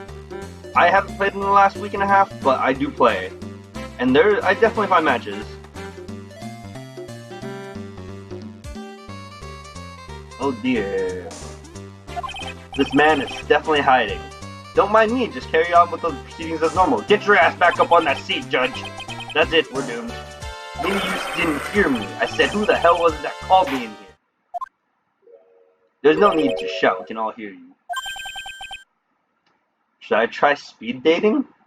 I don't know, man. Like, that doesn't always work out, I think. If you get lucky with it, sure. I mean, it comes down to what do you got to lose there, right? Other than your time wasted. So, if you want to, by all means, dude. I don't know. I haven't heard too many good things about it from my friends that have tried it. But maybe it's different in Canada versus here in SoCal. What'd you say? There's no point struggling, you're caught in a snare, the relentless snare of the law. And I'm the one that hauled you in. Too cool. Whoa. Please, don't get mesmerized by your opponent. Don't let him get the better of you, Nick. Maya, get off. Come on, David. Let's start with the basics. You know about the incident in question, correct? Incident? I don't know nothing about no stinking incident, masked boy. You mean you didn't attend the previous trial of Maggie Bird? Maggie who? I've got more important things to do than watch courtroom dramas. Of course. Well, perhaps you could give us your testimony then. Please tell us about what you did on the day of the murder. Phoenix, right. You's the one who set this up, didn't you?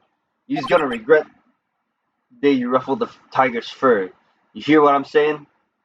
Gulp. Maybe I should have brought a diaper with me today. What the fuck? Get a grip, Nick.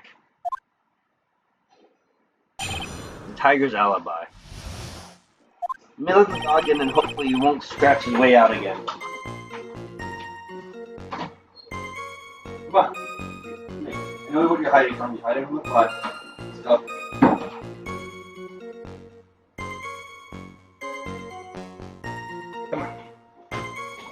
sit here.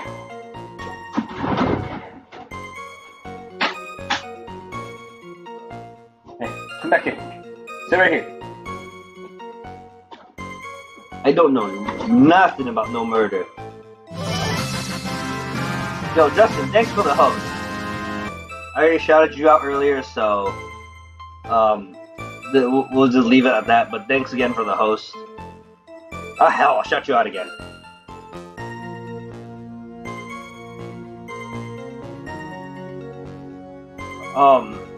For those of you that, like I said, he played Overwatch. For those of you that also don't know, he's now known as Starboy Justin, but he used to be known as Gaming with Justin. So that some of you might be familiar with him, some of you might not. Who knows?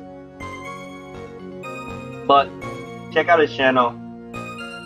Give him a follow, as with all the other great streamers that have come by and I shout out. I was tied up with business in December last year. Spent all of my time in my office. I got whales lined up to borrow cash from Tenderlender every single day. You just want to check my alibi? Just ask Violetta. Uh-oh. At last I found my pen. Very well, you begin the cross-examination. Don't roar at me! What is it? Please, witness, if you could refrain from shouting out like that. I know the kind of games that guy in blue plays. That lowlife ain't no lawyer. He just punches away at stupid details till he wins. Lowlife? Me? Listen up, smarty. Every time you ask me something that doesn't relate to this case, I'm gonna bill you $50,000 and you're just gonna borrow the cash from me. That's one loan contract I refuse to sign.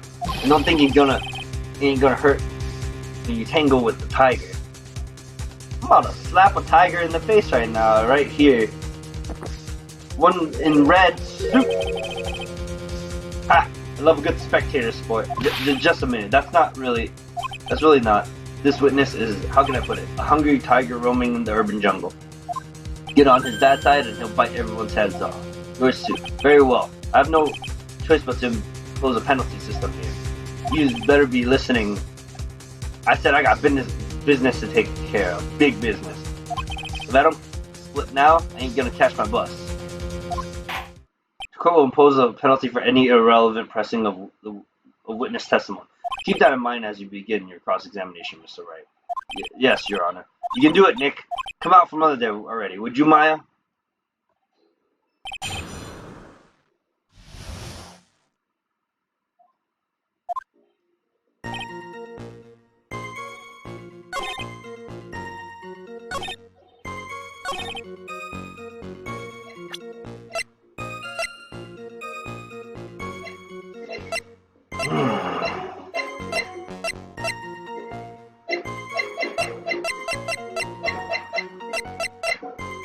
What do I present here, then?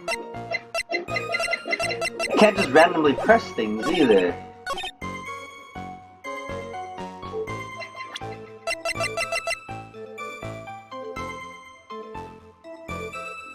Do I present what happened there?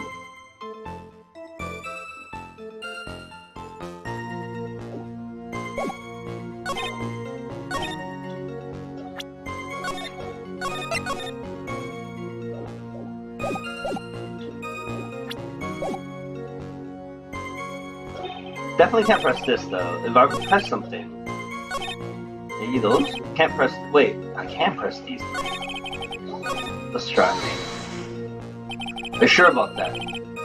We're talking about 1 month ago, you know. You see these teeth? That is how sharp my secretary is. Sharp. Let's talk about Viola Cadaverini. She writes everything in my schedule. December, mainly in the office. That's what it says. That's where I was. That seems rather sketchy schedule. There he goes again. What the tiger did all December isn't the issue.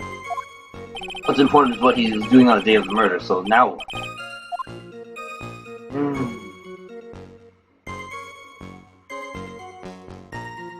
Punishment, right?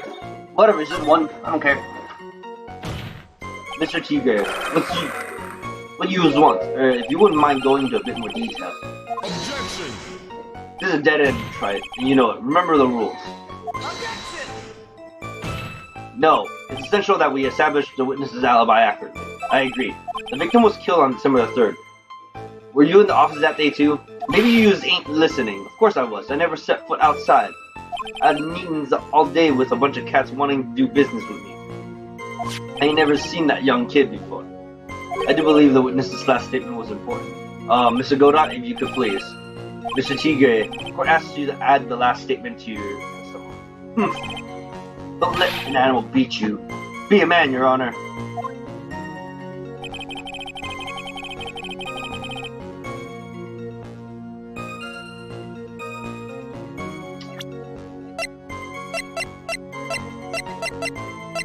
Meet with the tiger. Mr. Tigre, you claim you didn't know Mr. Glen Elg, but it appears that Mr. Elg knew you. What? Mr. Elg left this little note on his calendar.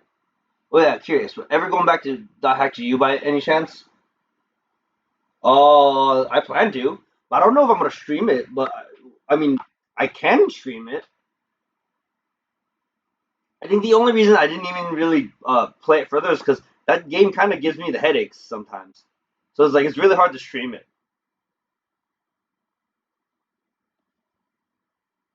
That's also why I haven't gone back to it.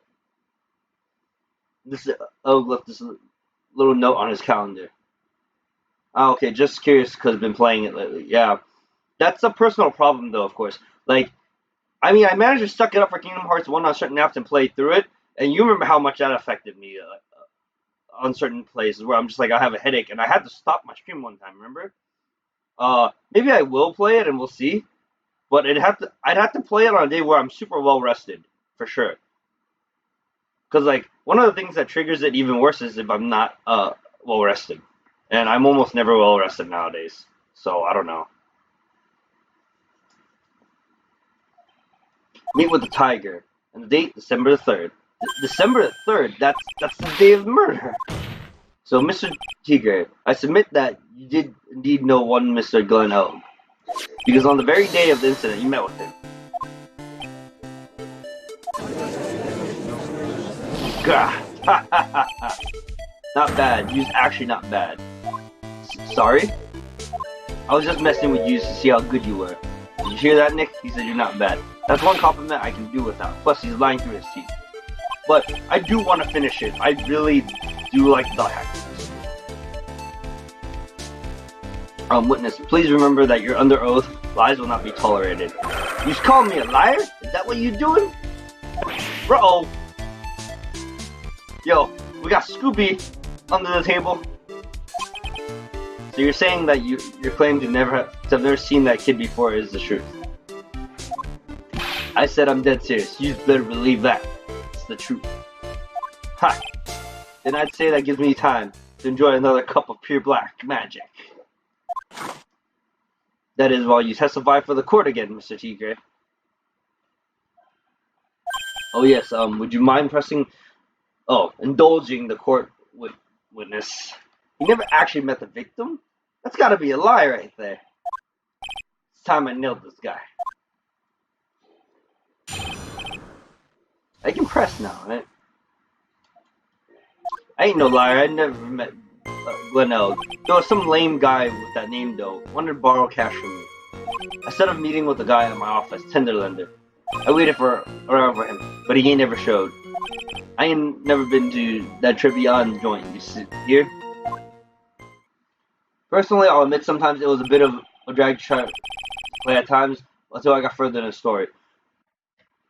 Yeah, I can get like that. Sometimes the hack games can get like that because it's a lot of just like I won't say unnecessary, but a lot of like just random dialogue and just a lot of going around doing a lot of just tedious and mundane things. But what my problem of it giving me a headache is this: all the camera angle is really bad still, all the movements and where I have to be. Like if I could lock the camera angle still, it'd be nice.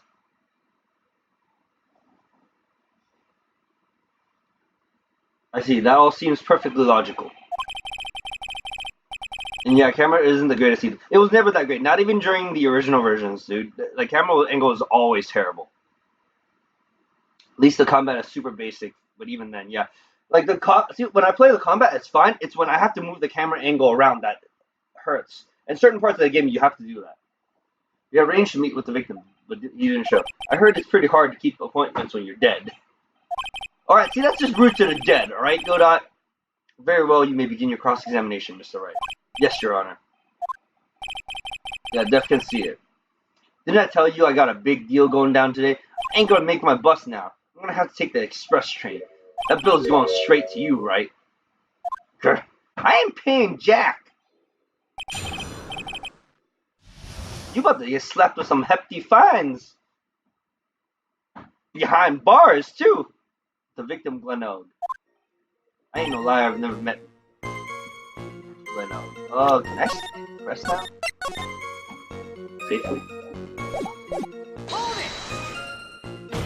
And yet, your name was written on the victim's calendar. Get that horse calendar out of my face. I'm the tiger, not a lame horse, you porcupine. I don't want to hear about porcupine style hair when you also have the same haircut as Phoenix. Tigers like me eat horses like that for breakfast. No. Witnesses aren't permitted to eat evidence. Not that they would. Well, there was a case once where a young lad ate. Anyway, if you had never met the victim before, how do you explain this note he left?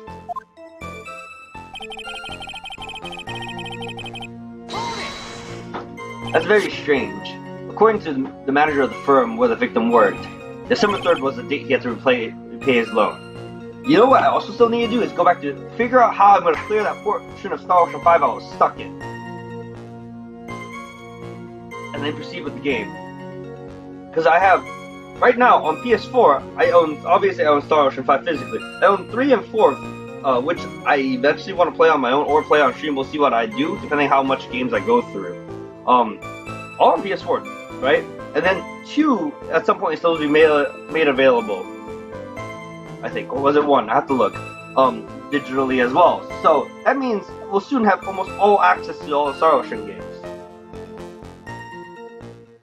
December 3rd was the date he had to repay his loan. He wasn't due to discuss borrowing money, but repaying what he owed. Oh, yeah. Maybe he was right.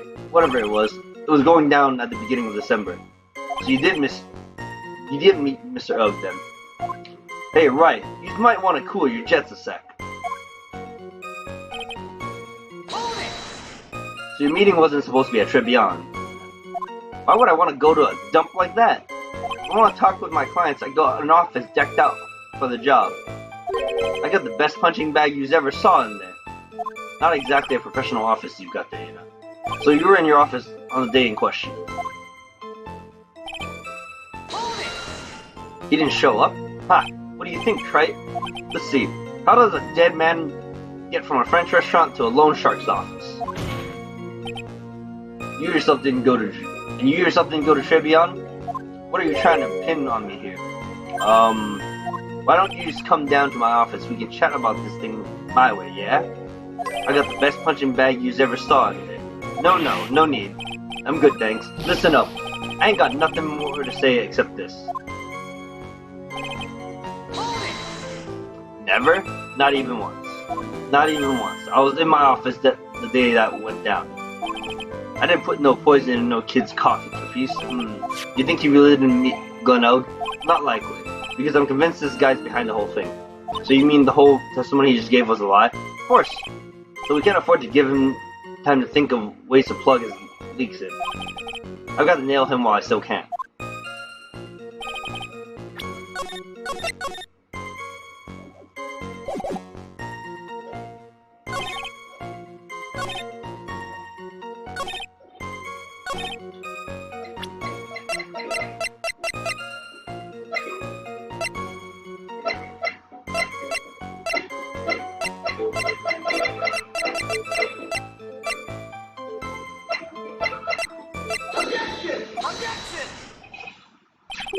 I was like, I had forgotten about this, and then I was thinking like I'll present the scooter or the whatchamacallit, debt thing. But that didn't work out either.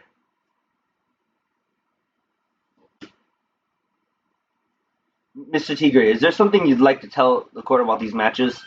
Matches? What are you talking about? We found them in your office at Tenderlander. They're from that restaurant. Look, if you've really never been to Tribion before, what was a book of the restaurant's matches doing on your desk? Well, I'm about to screw this up for Phoenix here. Yo, fucking, Mr.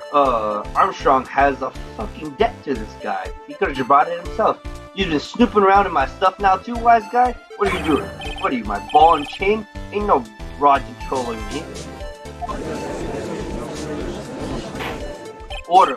Well, witness? I think it's time you start telling us the truth, don't you? Jesus Christ, he ran fast. Or he hit fast. Sorry, I'm terribly sorry, forgive me. I ain't no pussycat. I don't go back on what I said. But okay, I was at the joint that day. What? Well, listen good, alright? I might have been there, but I still never met that kid. Well.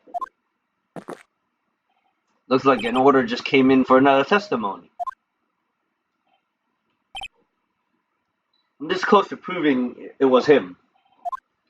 He did meet Glenelg that day, and he did put poison in his coffee. He must have.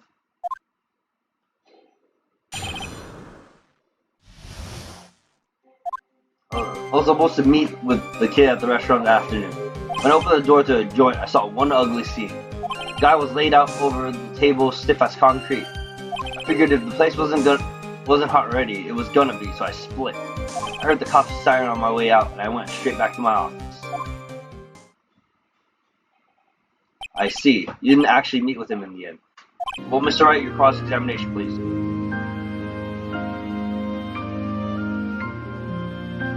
Yo. Yoko Tomoe, thanks for the follow. Yo, for once the notifications are faster than Wisebot. Having new notifications are great.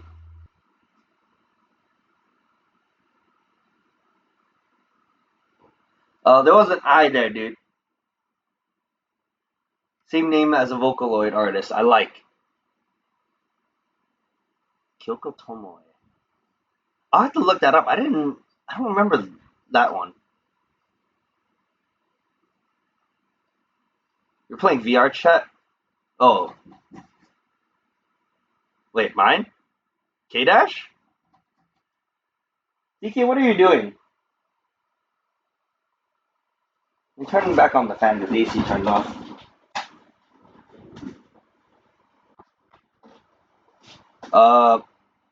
K-Dash is a Vocaloid artist? I didn't know about that, but K-Dash is a character I play in King of Fighters. Except written with K apostrophe in this case. It's written like this. I'll type it out. Did I get that right? Yes, I did. Yeah, I got it right. Mr. Wright, your cross-examination, please. Anyways, welcome to the stream, Kyoko Tomoe. Thomas, thanks for shouting out Kyoko Tomoe. Wait. Yes, YouTube links are allowed. Although, like, I would have to stop playing real quick because it will frame drop my laptop a bit since I stream off a laptop instead of a desktop. Wait, Thomas, you need to shout out Kyoko Tomoe, so I'm assuming you follow the streamer as well? Let me listen to this song real quick.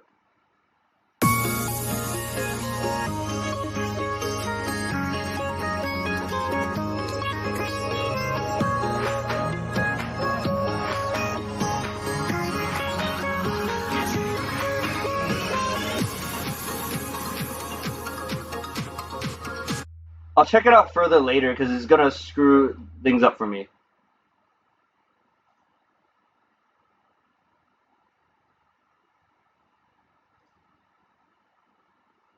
Oh, that's why I dropped some frames. My freaking Chrome was still on.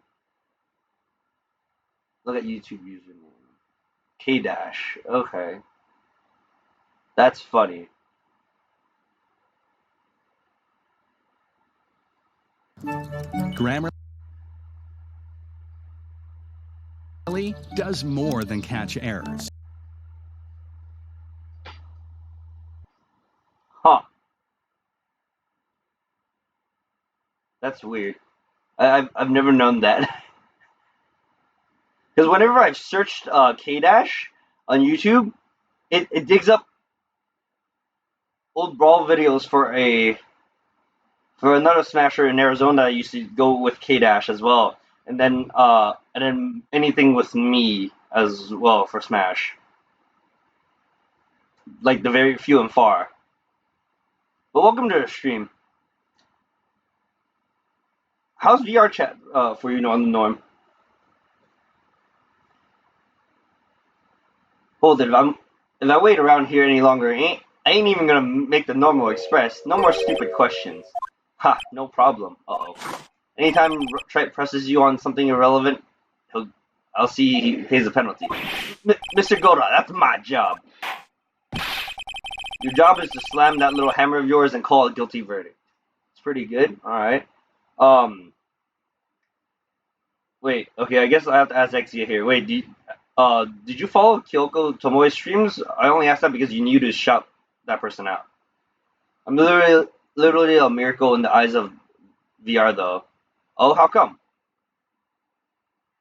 Your job is to slam that little hammer of yours and call a guilty verdict, so do it. Yes, sir. Special Express ain't cheap, right? Just so you know, use pan. Since use pan. Oh man, doesn't the rule of law mean anything around here? No. This is Kangaroo Court. What do you want? Not only do I play VR without issue, but I managed to stream VR on a 2 gig GTX 1050 and a i3-8100. Really? How? I didn't think the i3-8100 could handle that. Even with the GTX 1050.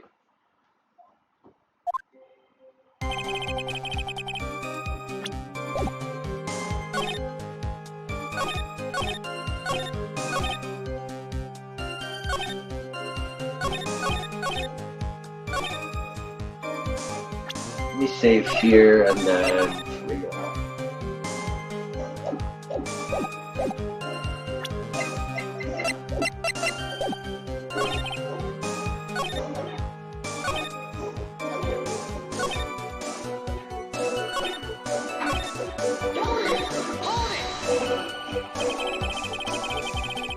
$1050, not $1050 Ti, which is by itself a dead no for VR normally. Oh, okay.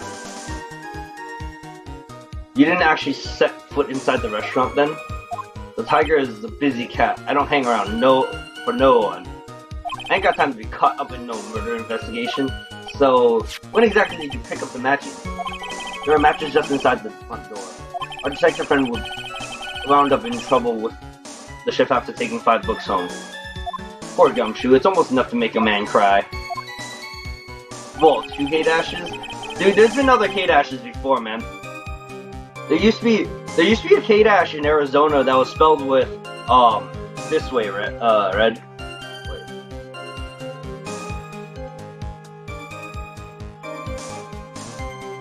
Like that. There used to be that. For Smash Brothers Brawl. And around that same time, I was also already a Smash Brothers Brawl player, so it was like, people were telling me there was 2 K-Dashes, but most people knew me as K-Dash anyway, so it didn't matter. And I think he stopped playing, so I don't know what happened to him. And then apparently, I guess someone took the K-Dash name on PSN at some point, so that's why I'm not on PSN. My PSN ID is not straight up K-Dash by itself. And there was apparently another K-Dash that was running around the city at some point. For a little bit. Probably was just, someone impostering me because there's someone that actually does that every now and again. To people we know.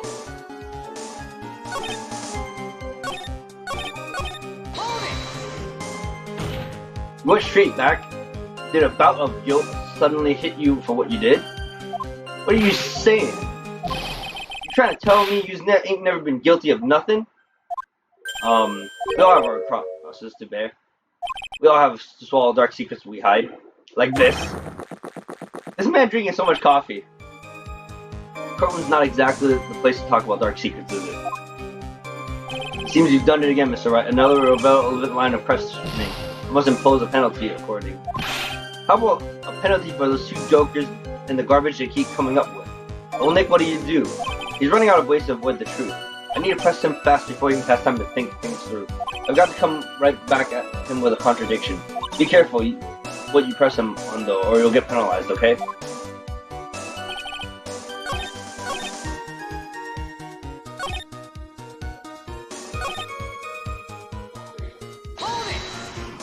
You mean you saw Glenn Elg's dead body? I guess I did, but I only saw him from behind. He was wearing some raggy bit of cloth called a hat. He called a hat. Wait. How? Couldn't have seen it. From the door. What time was this? I don't know. Huh? You know what winds me up more than anything else in the world? Watches. Round watches. I ain't gonna pollute my pockets with some chicken henpecker. Kyoko Tomoe. I'm just gonna call you Kyoko, cause it's easier right now. What else do you stream on the norm? Besides VR chat, or do you exclusively do VR chat? Out of interest, Mr. Tiger, what winds you up the second month? Huh? What do you think? Square watches! Alright, really? We're going to different shapes now? Is this guy for real? Look, all you needed to know was that something bad was going down in that place.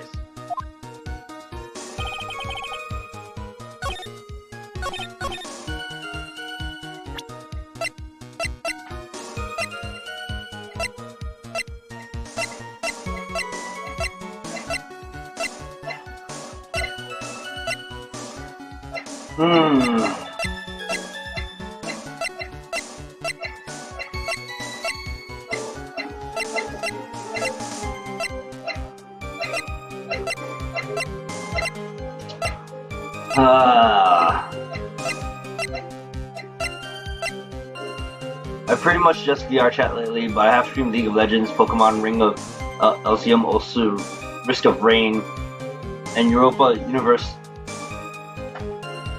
Sales 4 in the past. Ooh. Wait. Let me drop by your channel quick and drop a follow then. Because I would like to see it for Pokemon. I forget if I did follow some Pokemon streamers ever.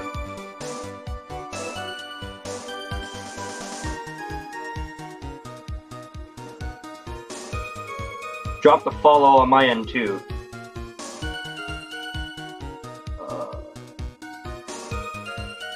That way I can check out your stream sometime.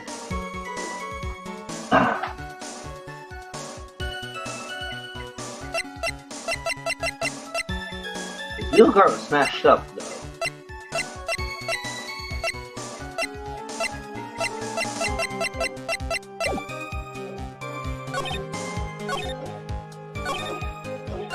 Well, let's press it and take a bite.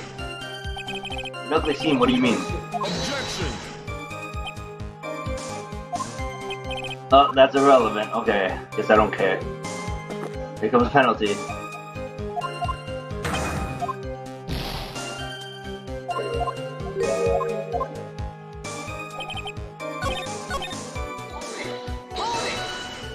So the meeting wasn't due to take place at Tenderlander after all then. The kid was making a fuss about coming into the office. It's always that way when I want to talk about repayments. Even though I got the best punching bag you've ever seen if there are any issues. I haven't played League in a long time and I played it very sparingly. But so I don't know too much about it. On occasion I'll watch. But I generally will watch anything supporting streamers I follow anyway. So if I get a chance to come by, I will. I don't always get to come by. It just depends on the scheduling of what my days look like. Maybe it's because of the punching bag that people are scared to come. So that's why you decided to meet at Tribune. Objection! Ha! You're going over old ground again, Trite. Sorry. You just earned yourself a penalty. Now suck it down. You will suck down the penalty, Mr. Ray. You will like it. Can you all not say it like that? Thank you, sir. May I have another? What the? Oh, Jesus.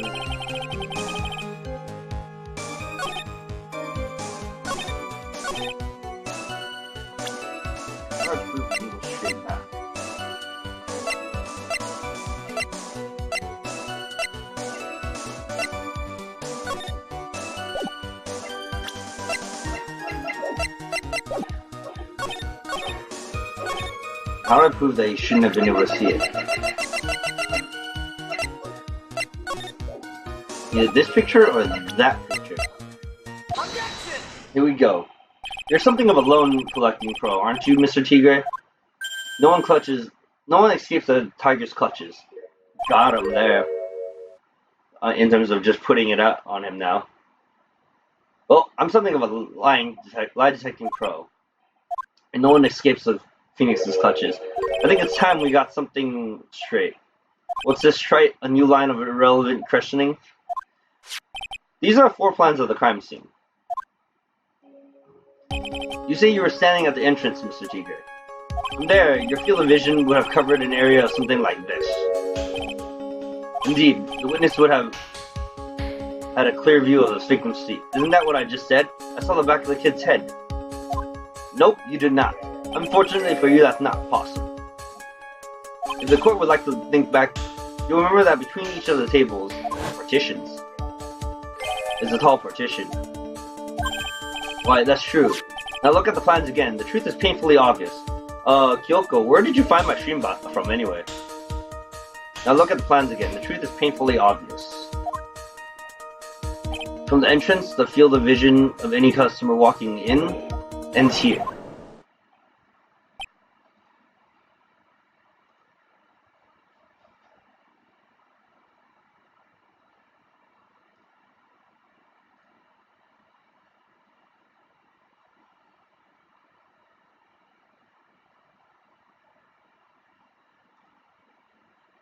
Sunachu host, I think? Oh, okay. Wait, Sunachu. I didn't... Huh. Unless it was an auto host.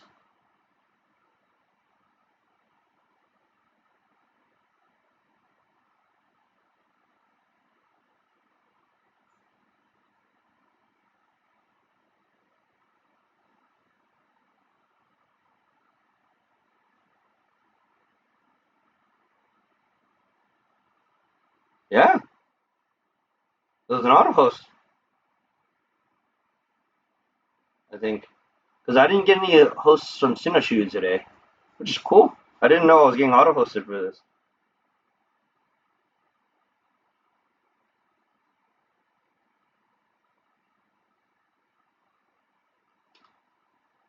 Well, either way, like I said earlier, thanks for dropping by and welcome to the stream. Do you ever, like, I know you listen to some of the things you stream. How, like, often do you see yourself streaming, possibly streaming Pokemon? And if you stream Pokemon, are you playing, like, just the regular games, or are you playing Pokemon Showdown?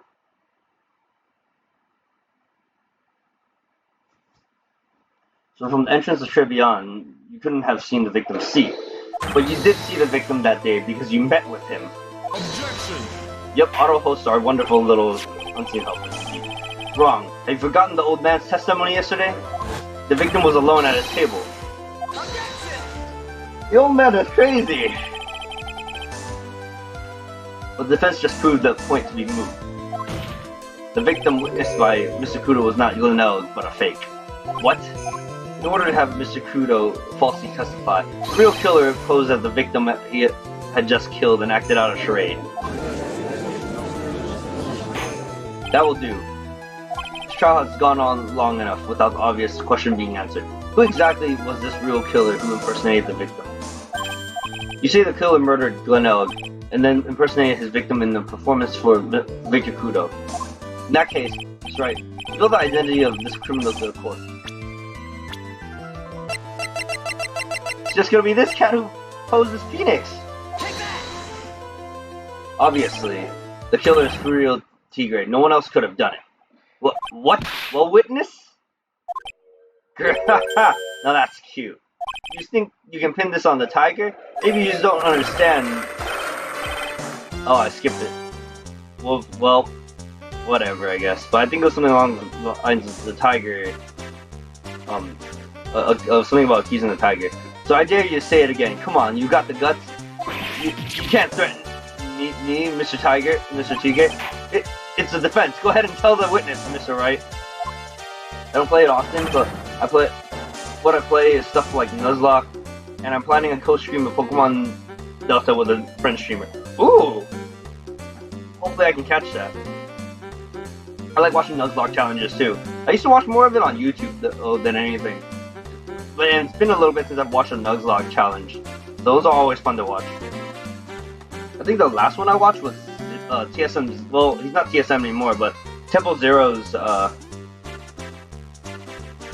Smash player, the best Smash player, former best Smash player anyway, Zero, playing Nuzlocke challenge. That was a while back. Mr. Wright. Sounds to me like you must be you, old man. You've got guts. I'll give you that. Mr. Wright, do not leave me to handle this alone. Ha! Perhaps I can end this embarrassment. Mr. Godot. Let's go back over Mr. Kudo's testimony one more time. The old man didn't just see the victim. Oh, no. The servant girl brought him a Javachino, but she put something in it. There's no question about it. She very conspicuously put some white powder in there. Was the victim he saw the real victim or not? That doesn't matter. Fact remains, he saw the accused put the poison in the coffee. Just in case, I guess, here's my Discord as well, if you want to join it, Kyoko. You can also promote yourself there. I have a self-promotion thing. I also plan on setting a bot soon, probably sometime this weekend, after my shop challenge qualifier I'm supposed to attend on Saturday night. And then, I'm supposed to set up, like, putting streamers on that I follow or are in my Discord in there, so that way they don't have to always go in and self-promote themselves. It'll auto-promote for them. I just gotta figure out which bot I want to use and get it all set up and handled. Yes, of course, the witness that poisoned. Very impressive, Mr. Godot.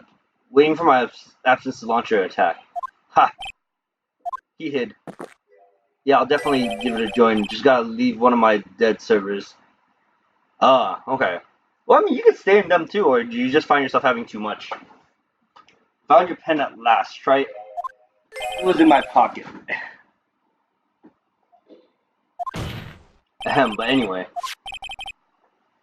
Mr. Kudo witnessed two people that day. He saw the victim, the supposed Mr. Glenn Elg, and the waitress from behind. Yes, your point? Mr. Wright? I think the conclusion is obvious. If Glenn Elg was really the killer in disguise, this Glenn Elg, then surely it's possible the waitress is also part of the show. What?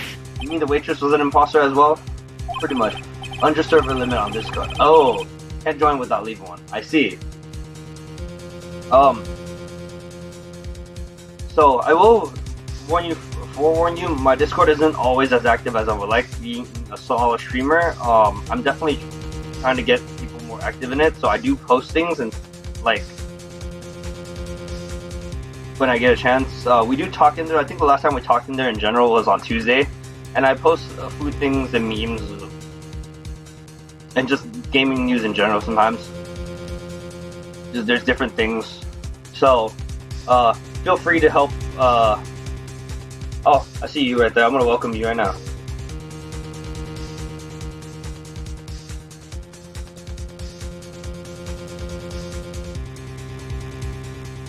But yeah, feel free to like contribute memes, food, like take pictures. If you take pictures of your food, post food items in the food and drink portion, alcohol drinks, whatever. Any little thing, like you can post about Pokemon, different things. I even have the Pokecord spam thing for when we type it up. I mean, at least you have a Discord. I still haven't gotten around to properly setting mine up. Well, when you do, feel free to advertise it on mine and I'll join too. The defendant, Miss Beard, fell unconscious immediately after the incident, and someone used her fainting to hatch an elaborate plan to pin the murder on her. Wonderful, was it? Who was this waitress that Mr. Poodle moved? Only one other person. By the way, as you can see, there's like different, in my Discord, there's different channels for different games I play. I do still play a lot of Dissidia, although it's been a week or so since I've played, maybe a week and a half. But I do play often. I do play Pokemon, or at least watch it. It's been a bit since I played the Pokemon game. The last one I played was whatever we had available on the 3DS. I didn't get Let's Go yet. I need to play that, and I'm definitely gonna stream Pokemon Sword and Shield. Well, whichever version I start, I'll play. I'm getting both. I'll stream it when it launches. Who is this woman? Her name is Viola Cadaverini, and she's an employee of Tenderlander. He's making a big mistake. Do you know who Violetta's grandfather is? You better be going home in an armored truck tonight, if you know what I mean. Stop shaking, Nick. Ah. Where was I? Yes, the defendant, Miss Beard, has stated the following. Well, when I took the coffee over to the victim's table, it was true that there was another customer in the restaurant. Unless, she was sort of creepy. She had a kind of cackling laugh. There are just too many contradictions in this case. Second man at the victim's table, who nobody but Miss Beard seemed to have seen. The earpiece worn by the victim in his left ear when that eardrum was ruptured. The radio show he was supposedly listening to half an hour ago after it was over. There's only one logical explanation that clears up all of these contradictions. The whole incident took place twice. Once for real and once for show. Mr. Furio Tigre, the only person who could have committed the crime, is you. Witness, what have you got to say? That's cute. I was expecting him to roar. Sorry? You's alright. I could do with a guy like you around. What do you mean? Okay, I'm in on this game. I'm gonna have to charter a jet to get me to my meeting now, but I'm gonna give you one more thing to think about before I go. Something to think about? You've got it all wrapped up. Nice, huh? Right? But you're missing out one real important thing. But that can't be. I was in the joint that day too, and I met that kid too. But I couldn't have poisoned him. You see? What? You really expect us to believe you now, Mr. Tigre? Ha! What a troublemaker. Troublemaker. Looks like we're going to need another one for the road. Uh-oh, more coffee! I need myself a cup of coffee after this stream too. And I have... Oh, I didn't open the Oreo one yet, but I have s'mores creamer that I opened, so I'll use that. But I do have Oreo creamer too, if I really wanted to. One more steaming cup of hot testimony. Indeed. Witness, you will explain yourself to the court. I will give you one more chance to testify what happened that day at Trebion between yourself and the victim.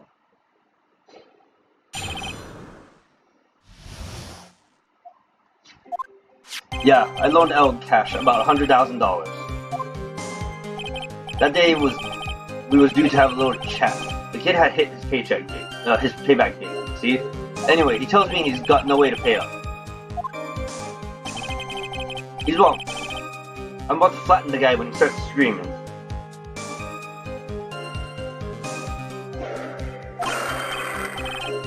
Yes, I won $500,000. He got lucky, you know, real lucky.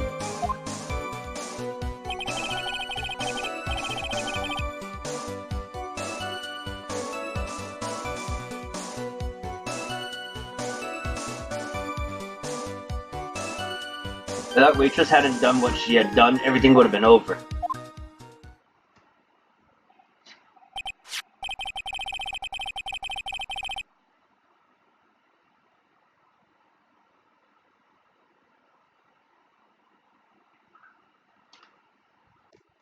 Now, I see the principal amount you loaned to Mr. Elg was $50,000.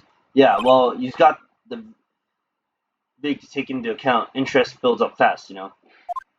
That's faster than fast. $100,000 is twice his principal. And the repayment deadline was December 3rd, the day of the incident in question. Yeah, he was one lucky kid. He got that $500,000 just in time. $500,000 just in time. So I ain't have no reason to kill the kid. And if I ain't got no motive, you ain't got no case. His motive, he has to have one, but what is it? He does have one. This.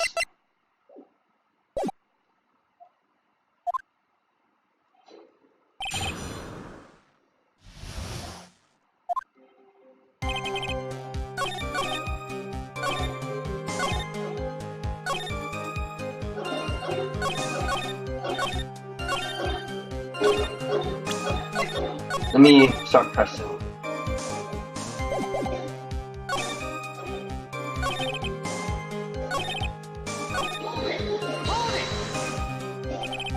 Was there anyone else in the restaurant at the time? I don't remember.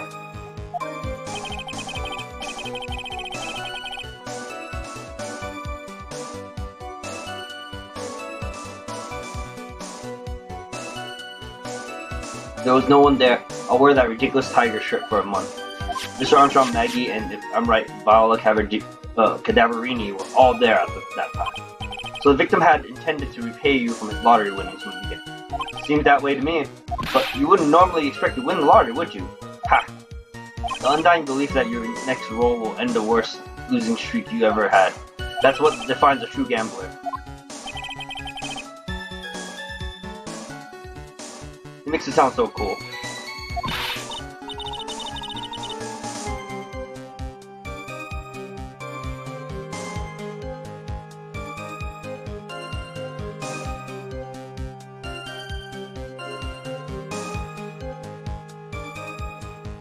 Don't be tempted, Nick. You haven't got the willpower for it. All I know is the kid took a shot and he got lucky in the end.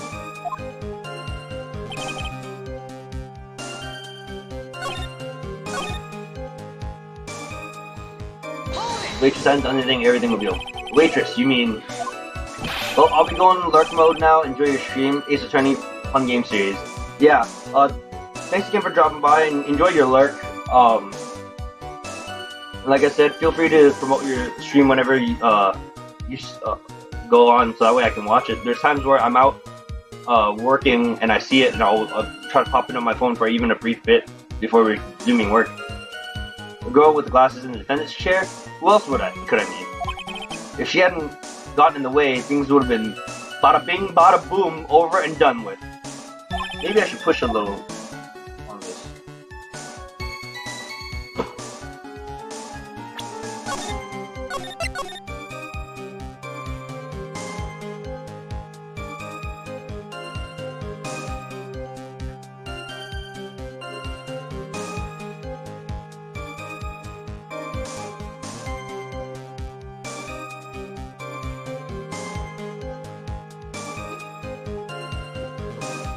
TK, what? If you go back outside, you're gonna get scared of the fly again.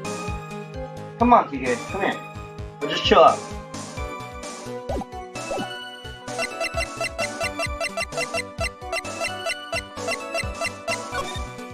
What exactly are you implying the defendant did? How about you go ask Four Eyes about the $500,000 ticket? She wanted it so bad. Poison Elg's coffee. Alright, let me let my dog out. He's gonna cry about it, he doesn't want to come back in there.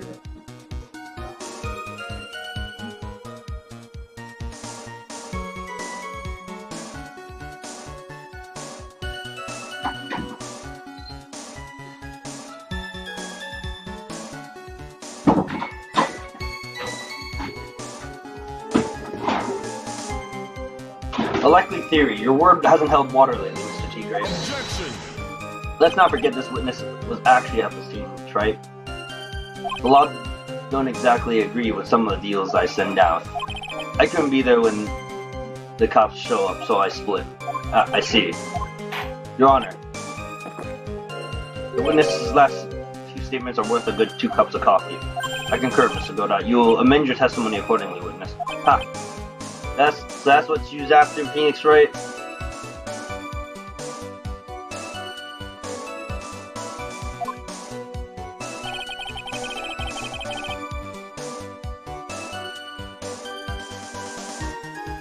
Thanks to what she did, my business with that kid was over.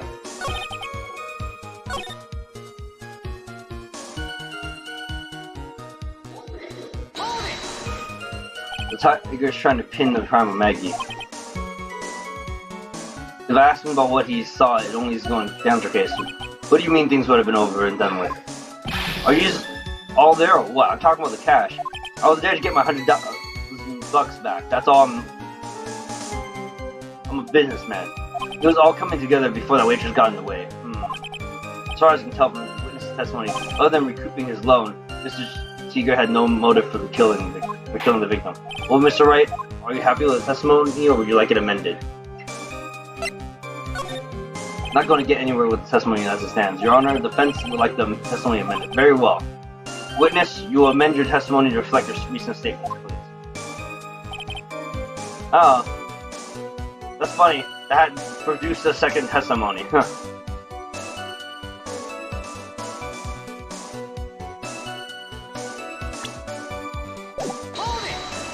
Are you saying you had no other motives that day? Yeah, so what? Then why didn't... Let me skip this and go back. Objection! Repress. I missed some statements. Huh, you can switch testimony back and forth. That's funny.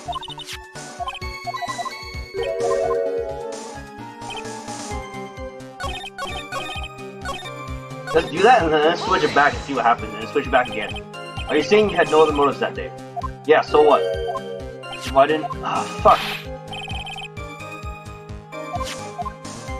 I missed it. I skipped too fast. Objection!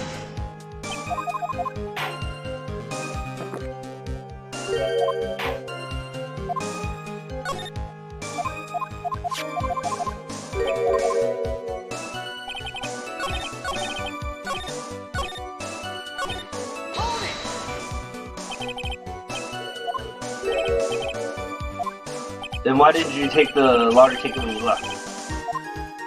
Why'd you stink? Because of Four Eyes over there. Because of Maggie? How about you go ask Four Eyes about the $500,000 ticket? She wanted it so bad, she wasn't able to talk. Actually, there's no reason for me to switch it back. It's probably just gonna be the same thing. The likely theory, your word hasn't held water lately, Mr. Secret. Objection! Let's not forget this witness was actually at this crime scene, right? Uh-huh.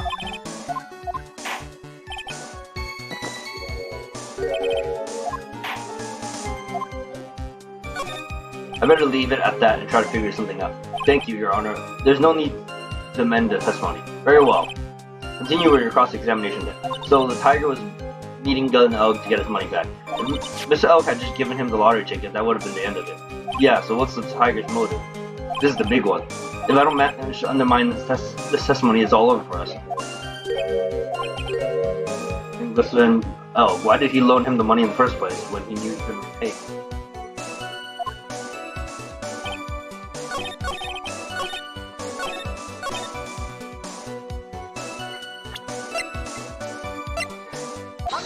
Here we go.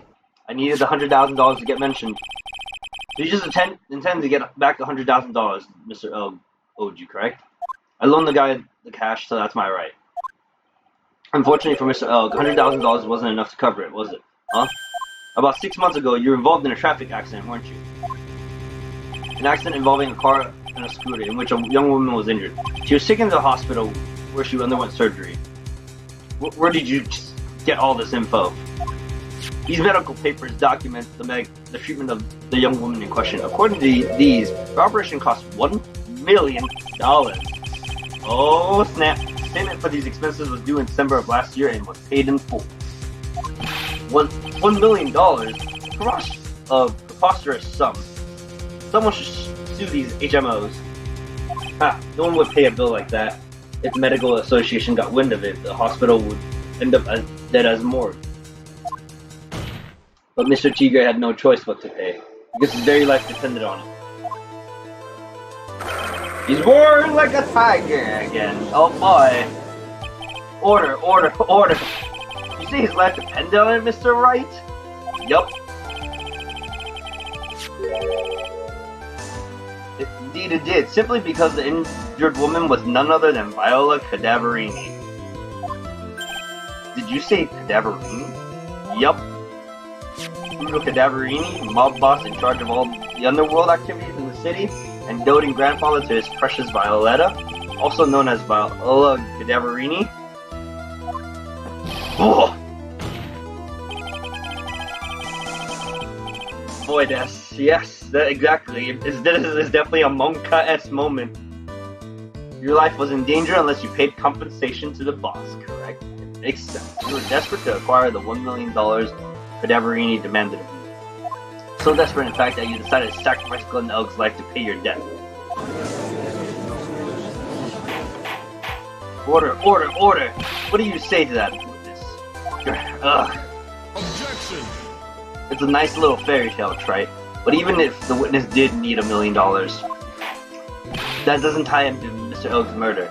Mr. Elk only owed him $100,000 and had no hope of repaying it anyway. Yeah, that guy wasn't worth my spit. I don't think so. In fact, it's quite the opposite. In fact, the opposite is true. The opposite. Spending money with no hope of ever seeing repayment would normally be bad for business. But, in this case, the very fact that Glenn Elk had no way to repay the money is crucial. What? Do you know where you're going with this, Nick? You've got to think outside the box, Maya. Outside the box. It's very straightforward. Mr. Tigre wasn't after that $100,000 at all. It seems you have a logical conclusion for this theory, Mr. Wright. Would you care to share it with us? What exactly was Mr. Tigre after?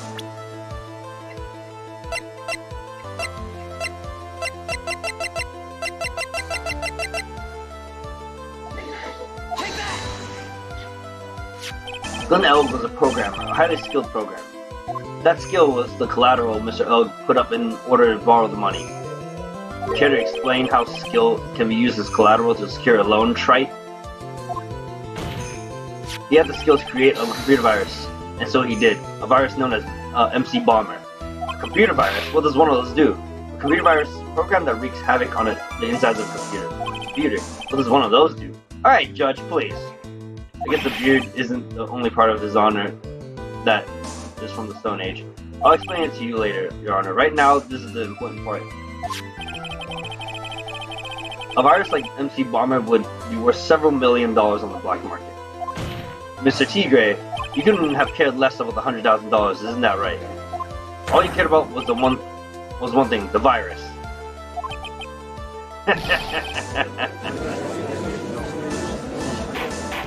It's funny that the judge doesn't know about a computer here. But you gotta consider that this game came out in like the early 2000s. So people were starting to get used to using computers more commonly. Before that, computers were not as common, although we did have them. They're not in every household. On the day of the murder, Mr. Tigre's sole intention was to get his hands on the city. Glenn Elk had no way of paying back $100,000 and Mr. Tigre knew it. But then a miracle happened. The kind that Mr. Tigre would prefer to say never happened, but he can't. And neither can I. The lottery won, exactly. At the 11th hour, Mr. Elk won $500,000 on the lottery, which left Mr. Tigre with no way of getting his hands on the all-important CD, at least no legitimate way. Fair enough. Yeah, like I had a computer back then. I had one as of 95 or 96? Like at home, that my dad bought. I think it was 95 because I remember us using Windows 95. He resorted to illegitimate means. That's crazy. He murdered Glenn Elk and then made his next move, to frame Maggie Bird for the crime. Meanwhile, during my jury duty, they gave us a pretty old school laptop that had a pretty small screen to watch the video shown. Huh, I didn't know they did that. But then I've never really served jury duty, like I've always not gotten chosen, or I've just, like, you know, hadn't gotten called in. out of all the many people that get scary summons. Mr. Tigre posed as Glenn Elg. Meanwhile, Viola Cadaverini played the role of Miss Bird. And then they reenacted the whole thing in order to establish a witness. The witness being the one we all heard testify yesterday, Mr. Victor Kudo. Objection! Like I said, right, that's crazy. No one could pull off a stunt like that. For starters, there's no way the chef could have been kept in the dark about it. He's not kept in the dark. He was straight up in on it. But Mr. Armstrong was in on it from the very beginning. Yeah, sometimes it just happens and doesn't. I'll be glad my case was simple. How long did your case last? A week or longer? Rather than one of those complicated ones. And obviously don't talk about the case really in here because like that stuff should be considered confidential, I want to say. Have you forgotten already, Mr. Godot? Mr. Armstrong owed the witness money too. $500,000 in fact.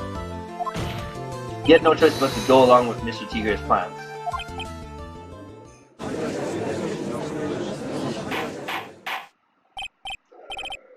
Order. Silence in the court. Grow. Not including the day we picked for it, 3 days. Oh, that's not too bad. Could have been worse. Like, I've heard some going longer. You can honestly talk about the case now. Oh. There's nothing special anyways either. I see. You just put on a good show, Spikey. You just want to stay alive in the loan shark business, you gotta be careful. You saying I dressed up like that kid, created a witness and framed someone? If I did something crazy like that, I'd leave a trail as bright as my shirt. I ain't dumb enough to do something sloppy like that. I agree. You do. Despite your appearance, you're very careful. That's why you took one more precaution. One more trick to make sure Miss Beard had no way out. What? Another one, Mr. Wright? Just couldn't talk about it while the trial was happening. Oh, either way, I say let's not talk about it in here. If you're gonna talk about it, just message me in private if anything. Interesting. Why don't you fill us all in and try it? What was the trick you say Mr. Tigre performed to frame the accused?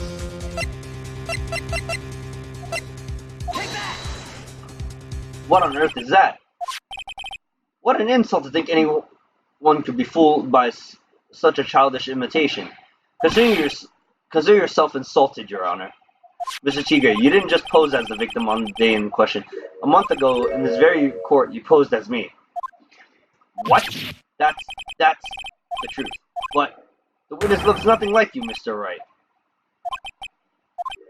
Although, now that I think about it, it was you, wasn't it? No doubt it was you, standing here in this very court a mere month ago.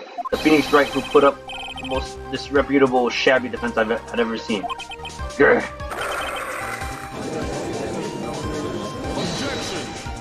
Can you prove that, Graham? Prove the attorney who represented the accused here a month ago was this man? Are you prepared to take the stand and testify that it was him? Gulp! Hey, forget about it, yeah? I wouldn't do something like that, not me. You made a mistake, right? It was someone else, huh? Have you no pride, sir? Objection! Hold on, let me use the restroom real quick. I'll be right back. We'll leave it with this nice shot of Godot and coffee.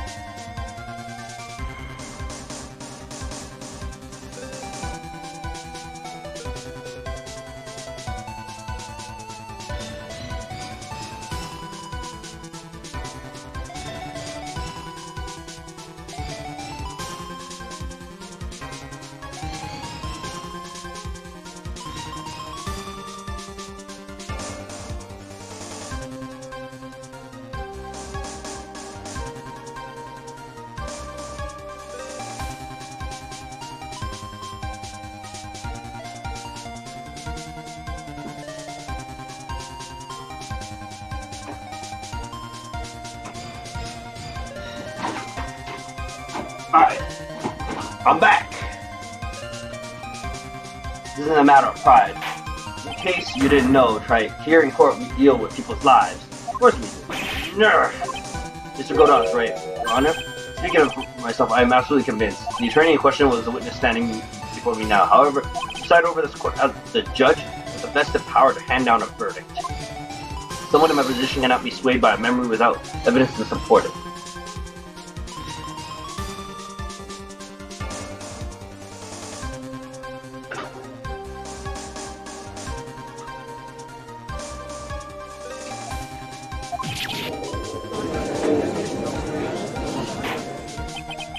Defense has no further evidence. If the defense has no further evidence, the court will now excuse the witness.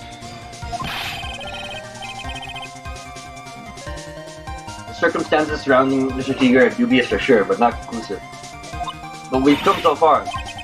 You say he impersonated Glenn Elg. You say he impersonated you. But none of that adds up to a murder charge. You don't have a shred of evidence that the witness poisoned the victim's coffee. Narg! But we do. Ha! Sucks to be you, right? Don't mess with the tiger, or you're gonna get mauled. You just got that? All we managed to do here was chase him around a bit, but I was so close to getting him to admit his own guilt. Ha!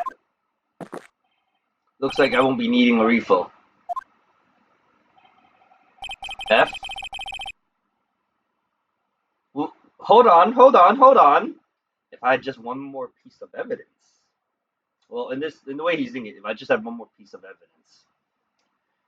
Let me bring you back to what he asked and requested of Gumshoe. The hour's up. We're gonna get our fingerprints analysis. Just wait for it. If you remember, the way these games always go, always last minute someone comes to save Phoenix. This will happen again. It happens every time, I swear. At least once. One more piece of evidence and maybe I could get Maggie off the hook. This witness's cross-examination is over. You are free to go, Mr. Tigre. Hold it! Your Honor, sir. Wait! Detective!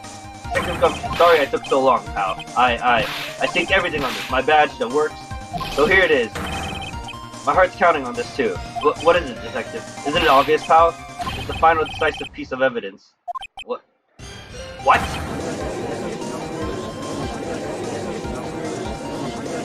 Boy, cactus.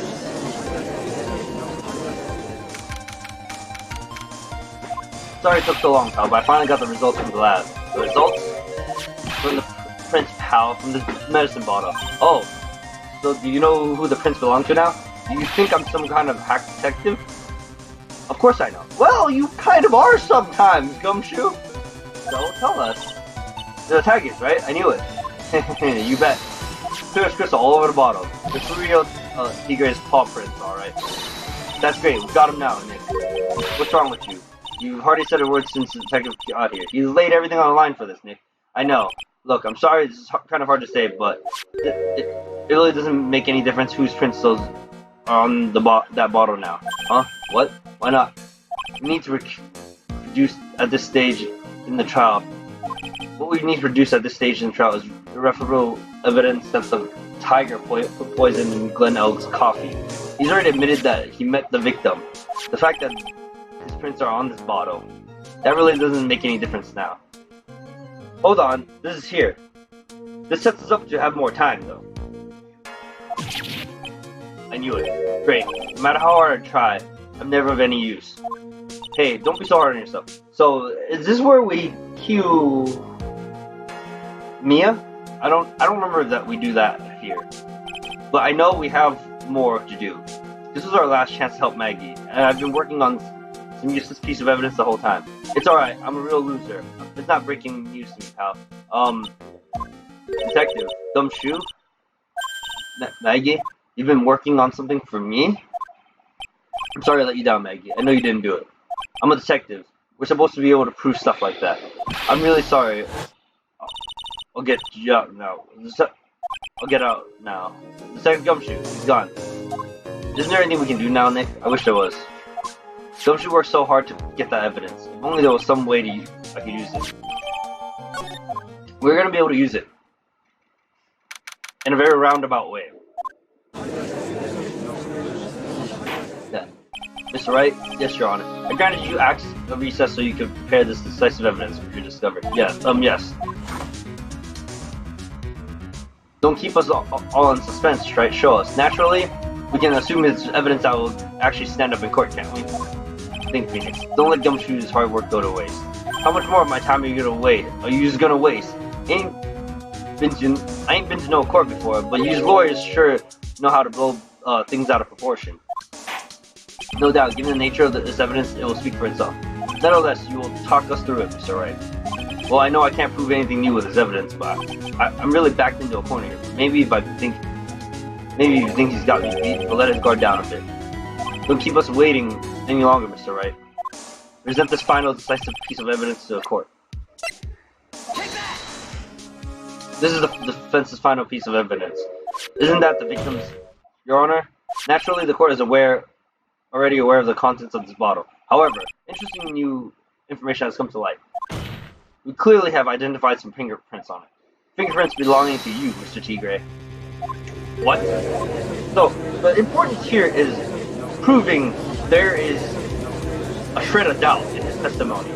The fact that his fingerprints are on the medication bottle means something. Like, why do you have fingerprints on it? Why do you take it? You have no reason to. But, Mr. Wright, what conclusion are you hoping to draw from this new information? Everyone here knows what the bottle contains, except one man. One person in this courtroom should be theoretically be in the dark. Our prints are on that fancy-looking bottle. Is that what you're saying? Well, what the hell's in it anyway? Phony trial, a phony lawyer, and a phony clue. Everything about this case has been phony. Seems like the perfect excuse for some phony evidence. Mr. Tigre, this is the decisive piece of evidence that will prove your guilt. Why? Because it contains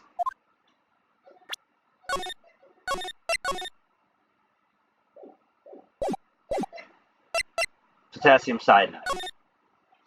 This bottle contains potassium cyanide. Potassium cyanide? Poison used to murder Mr. L, Your Honor. The victim's killer used this very bottle. And on this bottle, Mr. Tigre, we found your prints. Well, how do you explain that? You make a good clown, you know that? What? You ain't never gonna get this to stick. You're just making me laugh now. You think a cheap bluff like that's gonna fool the tiger? A bluff? I can see straight through you, Phoenix, right? That ain't the bottle with the cyanide in it. No. This is the bottle we found traces of the poison in. Don't mess with the tiger. You're gonna get ripped to shreds. The cyanide bottle was brown and it was made of glass. You see why it was a roundabout way? That cheap piece of trash don't look nothing like it. Like I said, roundabout way.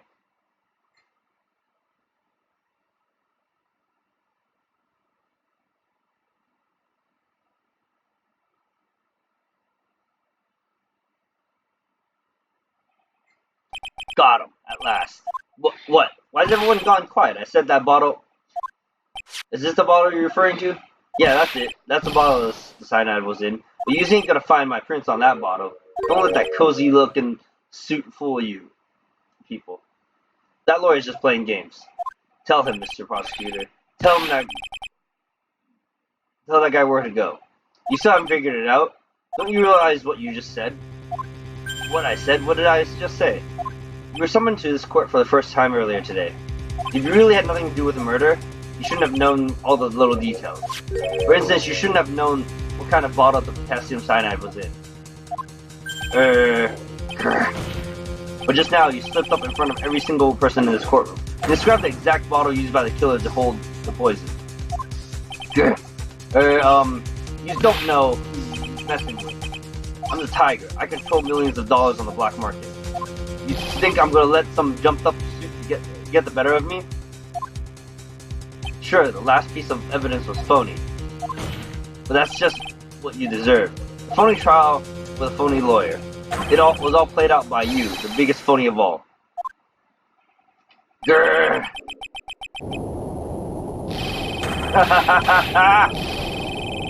He gave a little fib to bait him into lying. I mean, he's telling the truth. He's saying something he shouldn't have said.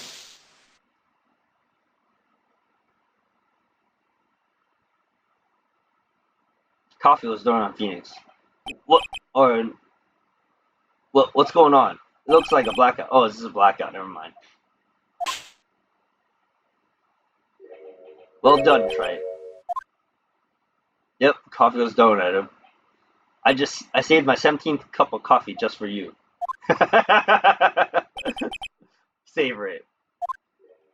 While you watch the police restrain your prey.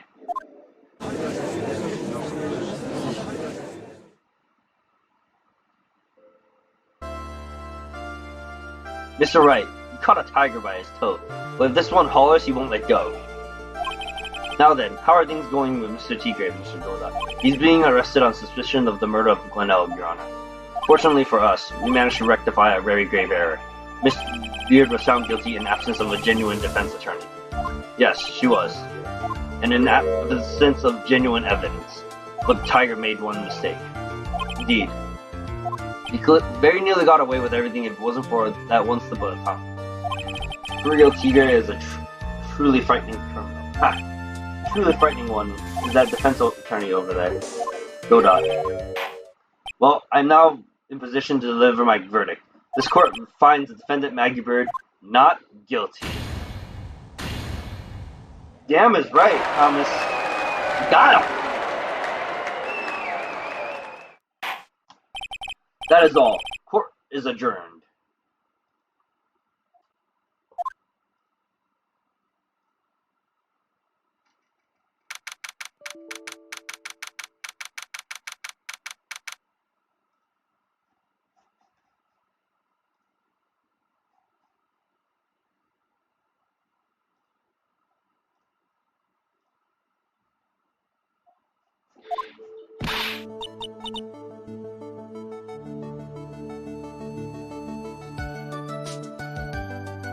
Mr. Wright, bailed you out again. I'm at a loss for words. Thank you, sir.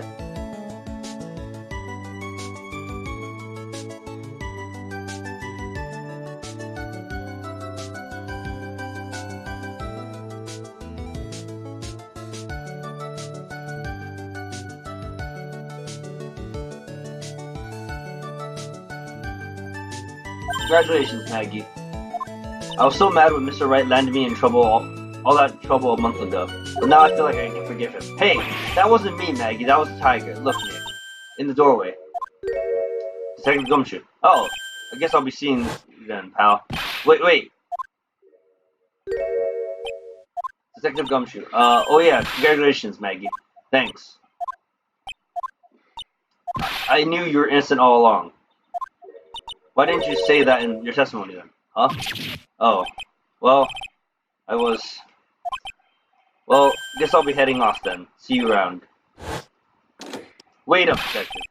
He just ran off. Maggie, why are you being so hard on him? He busted his butt for you.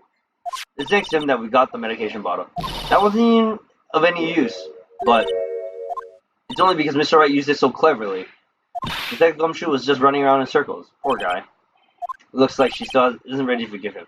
Can't you put in a good word for him, Nick? Yeah, Maya's right. I should help Gumshoe out. It's clear he needs Maggie. You know, Detective Gumshoe's been really worried about you through all this.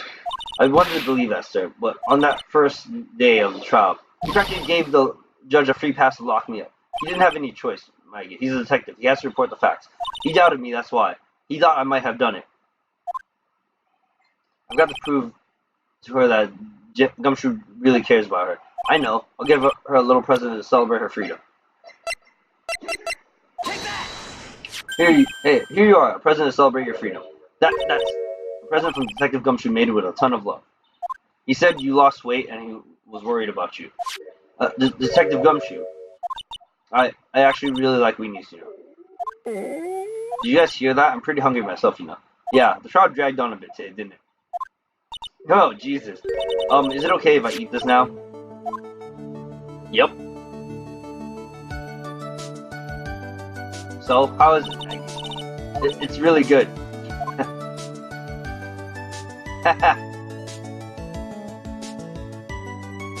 The case of phoning was genuine. The false allegations surrounding Maggie have all been cleared up. Who knows? Maybe there's a new chapter will open up in her life. I think that's what I said. I skipped too fast.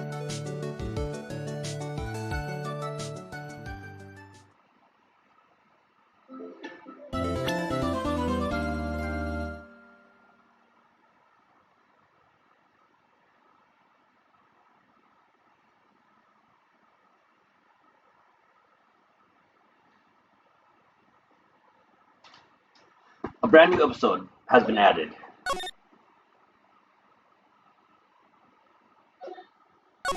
Well, let's go.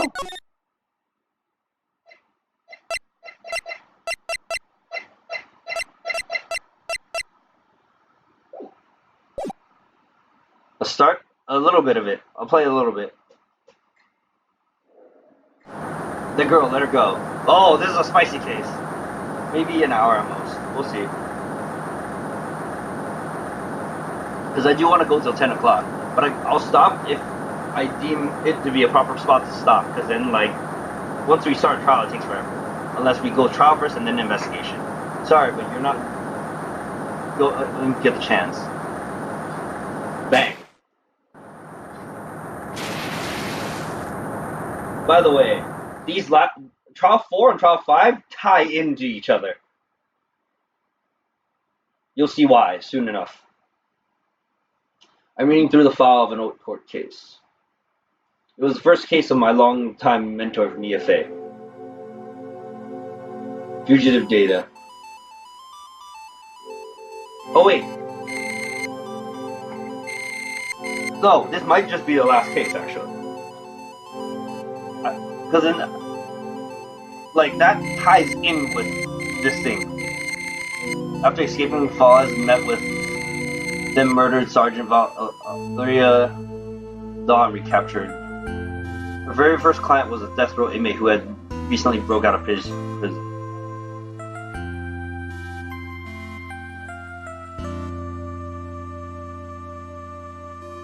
Hold up. Let me look. Let me look to make sure. Oh yeah, no, it's just 4 cases, my bad.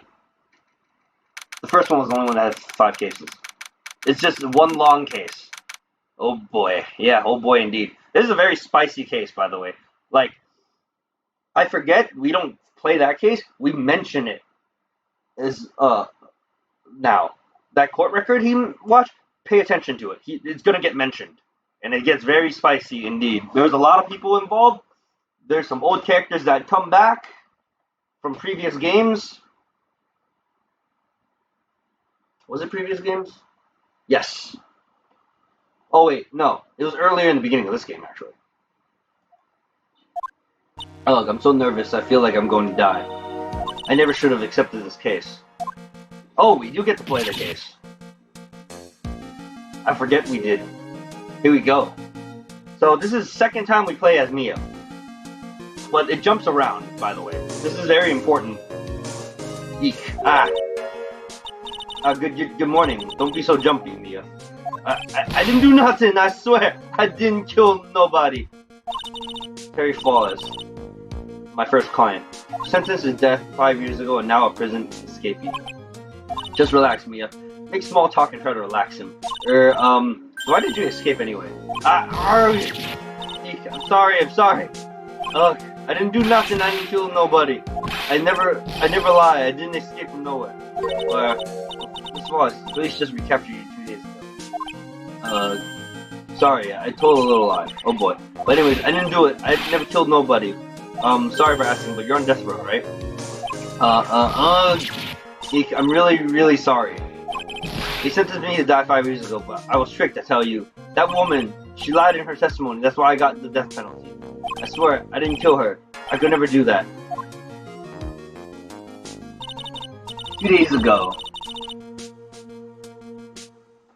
he escaped from the police wagon when it crashed. What the hell? Why are they bombarding the chat again?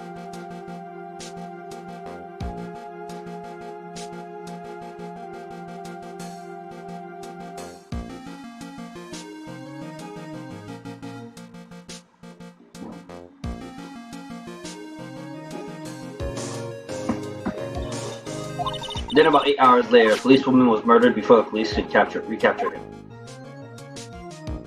The police believe that Terry Flawless did it. After he escaped, did you meet the policewoman?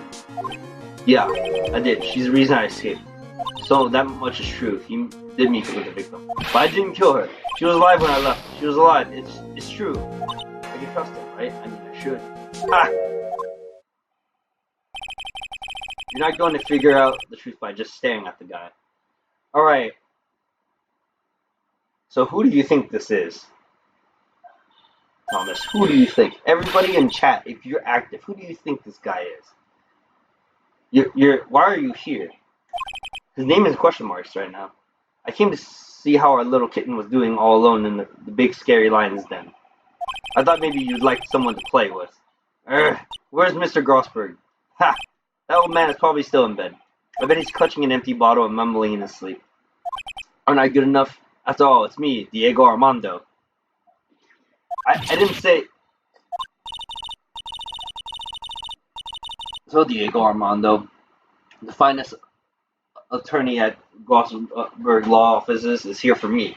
No. You got it all wrong. Today you're the finest. After all, it took an amazing amount of guts to take this case. Imagine, an escaped death row convict for a first client. Yeah, thanks. I sure wish I could get out of it, though. Ha, relax. I just heard some good news. The prosecutor for today is fresh out of his diapers as well. Really? However, unlike a certain somebody who I won't mention, he's earned the reputation as a genius since beginning his law career. Genius? Well, it's about time to head in, kitten. Sharpen those claws of yours. It's go time. A solitary confinement cell for the condemned must be the world's loneliest place. And that's what my client ran away from. Every other lawyer gave up on him, but not me. When I saw those overflowing eyes and heard that simple, childlike voice, I just had the feeling that he was telling the truth. By the way, get ready for another returning character.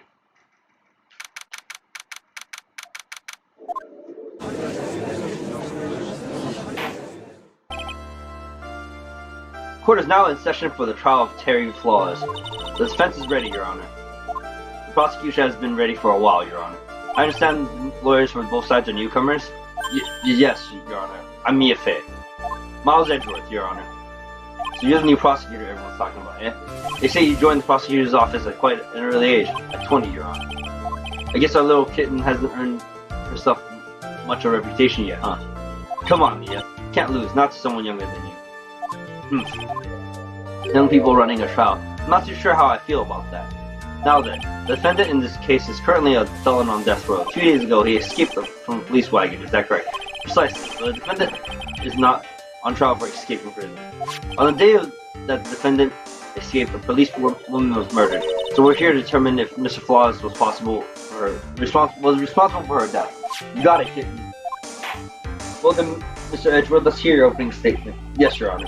It was 5 years ago. The defendant, Terry Flawless, was sentenced to death in this very court. His crimes were kidnapping, extortion, and murder. The girl he threw off the bridge was only 14 years old. A truly horrible crime. I remember it well. There was no decisive evidence, so the trial was long and protracted. Correct, but in the end, what was finally decided in the case was a certain witness's testimony. A witness's testimony. The testimony of Detective Valerie Hawthorne, the person who confronted this criminal. She arrested Mr. Flawless at the scene and later testified against him. She said she witnessed Mr. Flawless throw his young victim into the river.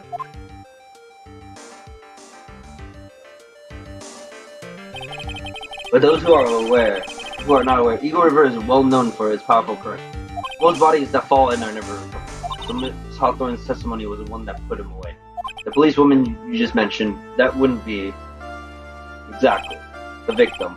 The same woman that was killed 2 days ago. Police Sergeant Valerie Hawthorne. Ah, I see. The man who was sentenced to death based on her testimony escaped 2 days ago.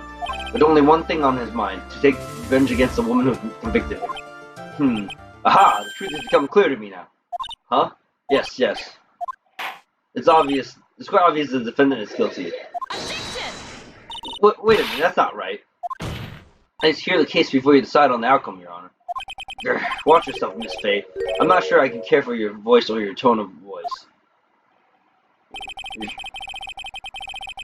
Your word choice, yeah. Young people these days simply don't know how to respect their elders. Why, you're even younger than me, you hypocrite! Now then, Mr. Edgeworth, please call your first witness. I call the detective who was in charge of the initial investigation of this case. A younger gumshoe! Witness, state your name and occupation. Gumshoe, Dick Gumshoe. I'm the homicide detective in charge of this case, sir. I finally got promoted to the detective division half a year ago.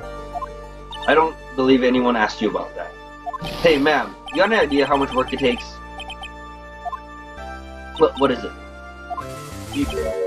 You're really gorgeous. Excuse me? No, seriously, my heart is thinking for you. Detective, pull yourself together and try to be professional, otherwise I'll write you up on contempt so quick that something other than your heart will ache. Oh, okay, I got it. Now then, detective, tell us about the incident. Yes, sir, right away. The victim was Sergeant Valerie Hawthorne, veteran on the police force. She was stabbed in the back with a knife and died from excessive blood loss. That much is already stated in the autopsy report. I would like to hear more details about the incident itself. Yes, sir. I gotcha. Okay, take a look at this aerial map of the area here. Hold on. That's all we got, okay. This is a sketch of Dusky Bridge, an old suspension bridge, and the river that runs under there is Eagle River. The victim and the defendant met there on top of the bridge. After stabbing her in the back, the killer carried the victim back to his car.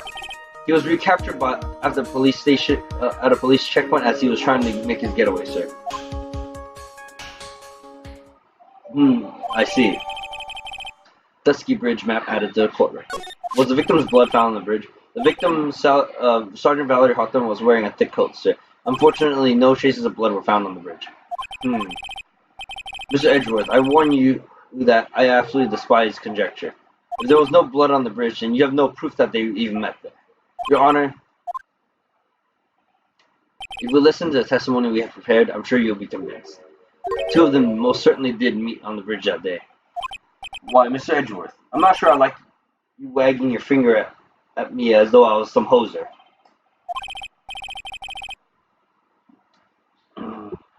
Detective, proceed with your testimony. Yes, sir. Here we go, Mia. Hang on. Okay, now listen carefully, kitten. One little mistake, and this guy will drink you some morning tea. Trust me and get ready. By the way, recognize the guy with a cup of coffee in his hand yet? And the way he dresses? Summary of the incident. On the day of the incident, an unknown person phoned the sergeant and asked me. Sergeant Hawthorne went to the Dusky Bridge at the designated time and met with Mr. Flaws.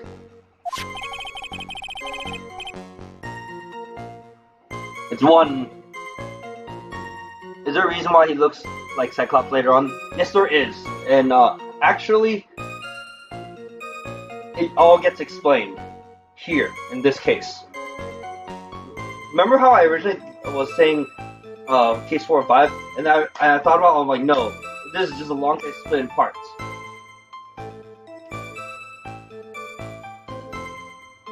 This goes on forever because we have to play this, and then we have to play the actual case.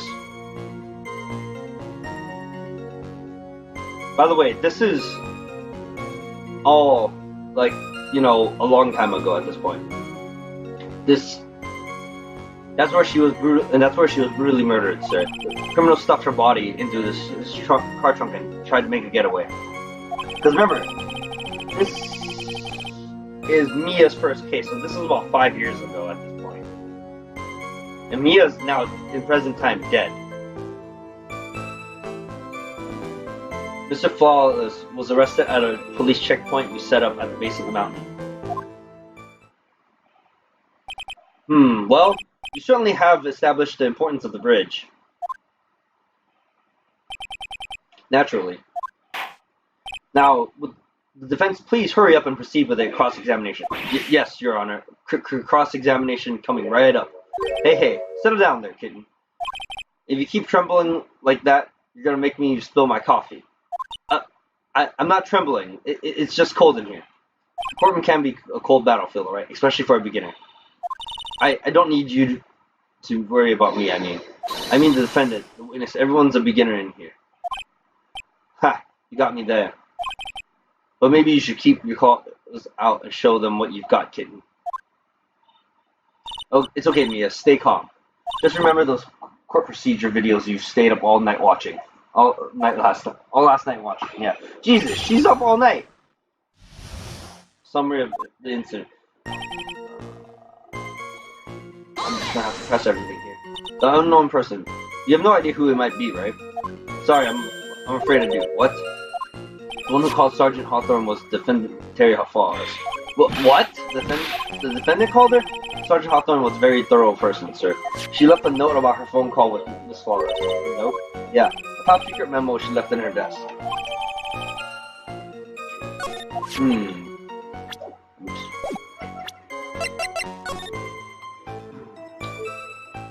Flawless. 4:30 p.m. at that bridge. Wear a white scarf for identification. Talk to Dahlia.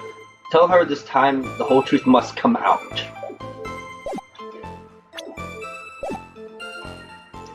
According to this note, it seems the one who called her to the bridge was indeed the defendant, Terry Flawless. By the way, remember the name Thalia. That's important too. Whose bright idea was it to keep that note from me? Ha! Looks like the judge is even more sure of his verdict now. Listen up. Never ask any question if you don't already know the answer. It's the detective's fault. He's the one that said unknown person. Hey now, don't make that face at me. I just said it was that way because the prosecutor told me to. Is that a trap? With that cute face, I didn't expect him to be so sneaky.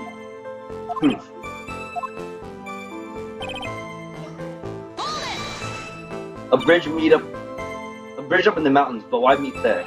Because it's a very important place to the defendant, that's why. What do you mean by that? If you remember 5 years ago, the defendant kidnapped a young girl. He was chased onto a bridge, and it was there that he killed his hostage. The place where all of this occurred is, of course, Dusky Bridge. The very place where Sergeant Hawthorne arrested and handcuffed Mr. Flawless. Ha! Returning to the scene of the crime. How nostalgic.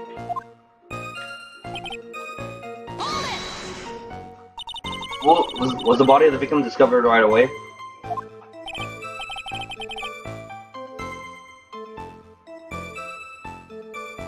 Yeah, we were really on the ball. We found the criminal within 1 hour of the murder. It was great. We even got to say, "Don't move." We got you surrounded. Wait a second. Isn't there something weird about that? The location was a suspension bridge up in the mountains. So how did they find out about the crime so quickly? Sergeant Hawthorne must have mentioned the phone call to someone else, right? Ha!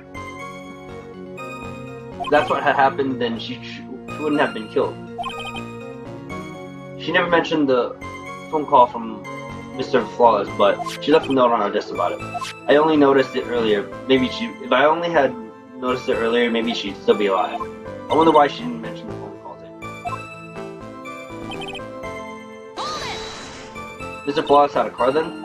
Well, that bridge is way up in the mountains, ma'am. The defendant and the victim both went up there by car. I mean, how else, right? You mean the defendant drove his own car? No. Of course not. It was stolen. He stole it from a young couple that had been waiting at a red light. Car thieves. I'm not sure how I feel about car thieves. Is this guy sure about anything he feels about? Well, is this guy sure about how he feels about anything? There's the photo of the stolen car's trunk. Naturally, that's the body of Valerie Hawthorne in there. Whoa, that doesn't look too comfortable. The victim, she was stabbed in the back, correct? Yeah. Ha. For some reason, men always seem to get stabbed in the back. We're talking about a woman here. You can't tell from this photo, but the knife was stuck in her back nice and firm. The condition of the body when it was discovered is very, very important information. Detective, was there anything strange or noteworthy in the trunk of the car? Here's a photo of the trunk, but I don't see anything strange to you. Mr. Flawless was arrested at... Oh. What did the defendant have to say about this photo? Well, he always says, ma'am. I didn't do it. I didn't do nothing. That's all he says. Nothing. Nothing. I wouldn't say he did nothing. At the very least, we know he stole a car. It's just what he always says, Your Honor. And then he always says, sorry, I told a little lie. Or something like that. Well, in any case, it seems he got caught. It was caught and arrested. Precisely. That's certainly some impressive police work. Well, no, actually it was too close for comfort. We set up the checkpoint just after 5 p.m. We figured that Mr. Flawless might try to run. What do you mean it was too close for comfort? The two of them arranged to meet at 4:30. It takes approximately 30 minutes to go from the bridge to the checkpoint. That was kinda close. Any later, Mr. Flawless might have slipped away. Listen up, kitten. There's a big trap waiting for you in that testimony. A trap. Walk into it carelessly, and it'll leave more than just a flesh wound. Fun, huh? No, it's not. Well, if you want to have any chance at all, you better get some more information. If you're going to get caught in a trap, it's best to get caught early. You can always look for contradictions afterwards. The ever-famous contradictions. I sure hope I can find some of those.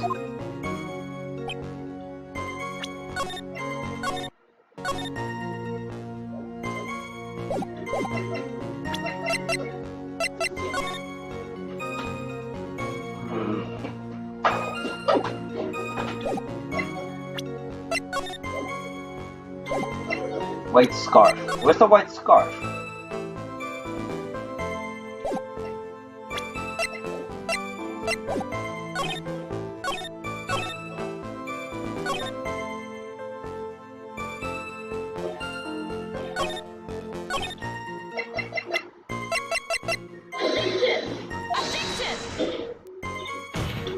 Nope, that's not working. I guess I know what I'm supposed to present. There we go. I was gonna present the photo and on the photo to say, hey, it's missing the scarf, but I guess I have to present the actual same witness. What is it? Do you have something to say, Miss Faye? I'm sorry.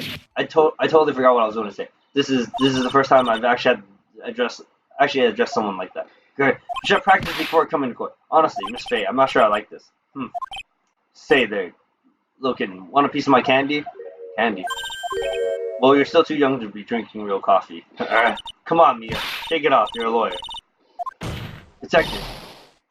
Yes, ma'am. This photo. You said there was nothing particular about it. Is that correct? Yeah. That's what I said. Well, then I suggest you take another look at the note written by the victim. The note in the note is very clearly says wear a white scarf for identification. The caller must have forgotten what the victim looked like, thus the special request. I have one very simple question for you, detective. Where's the white scarf? I can't seem to find it in this photo. Well, to be honest, we didn't find it in the trunk, ma'am. And you stopped there? You should have looked for it. Alright. Caller told her to wear it to identify herself. So I'd expect she did just that. Well, Mr. Edgeworth, what do you have to say about this? I see the defense is a little lacking. The scarf you are searching so desperately for, is this one chance? Where did you find that, sir? On Dusky Bridge. I was there first and decided to conduct my own investigation. Why didn't you tell me? I made a decision to keep all pieces of evidence in my personal satchel. It's the safest place I know. Hotshot sure has a flair for the dramatic. It's not exactly white as the caller requested, but as you can see, it's close enough for what it was intended for. It looks like it's spent some time in the mud. Not surprising, it was drizzling on the mountain that day. Prosecutor Edgeworth was intentionally hiding the scarf the whole time. The court will accept the scarf into evidence. Now, the attorney for the defense has finished harassing herself. I'd like to move on with this with a testimony that is alright with you. Isn't it, Miss Faye? Boy, I'd like to wrap this scarf around his smarmy little neck. Great! Now you want to threaten a prosecutor. Come on. Very good. Now, if we're done with this mud-covered scarf business.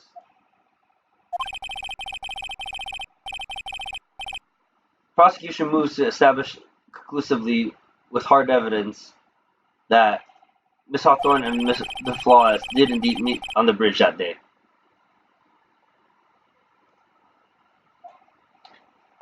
Further, we will show exactly what occurred there. That sounds quite promising. Can't wait to hear all about it. Alright, everything's moving at his whim. Don't forget, kitten. There's a reason why everyone considers this kid a genius. A genius, huh?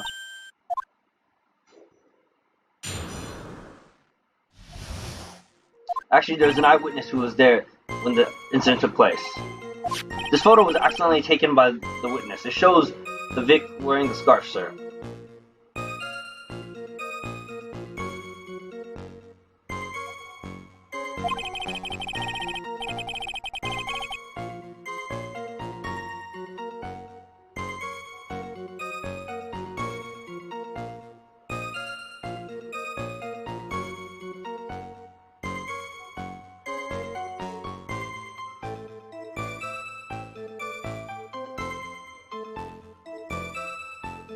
Wait a minute.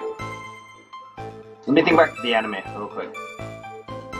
Oh boy, I was right. This is gonna be long. So we're doing this case here, and I think it goes into part of some other stuff. And then we actually do have a fifth case. I just took a look at it to see how long this portion would be, and there was a fifth case.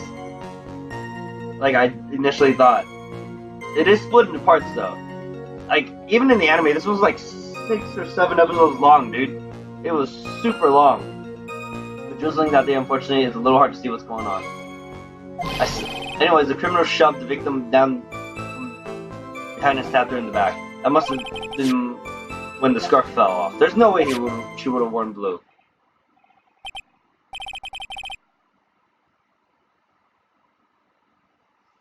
Let's see how long this actually goes. So I can...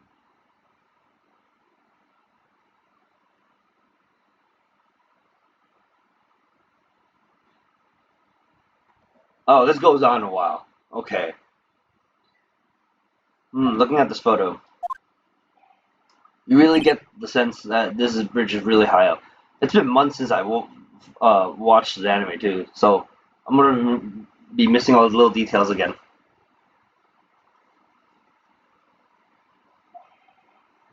It's about a 40-foot drop from the river bridge down to Eagle River down below.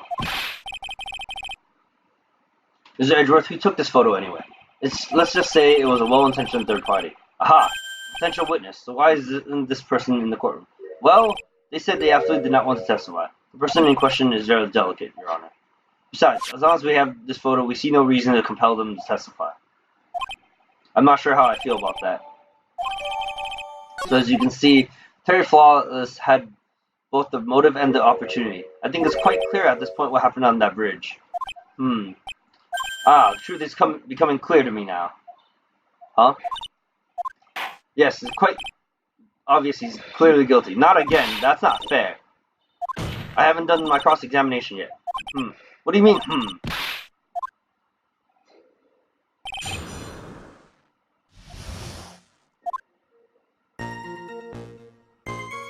So I'm gonna do this cross-examination, see where it goes, and then I might stop there.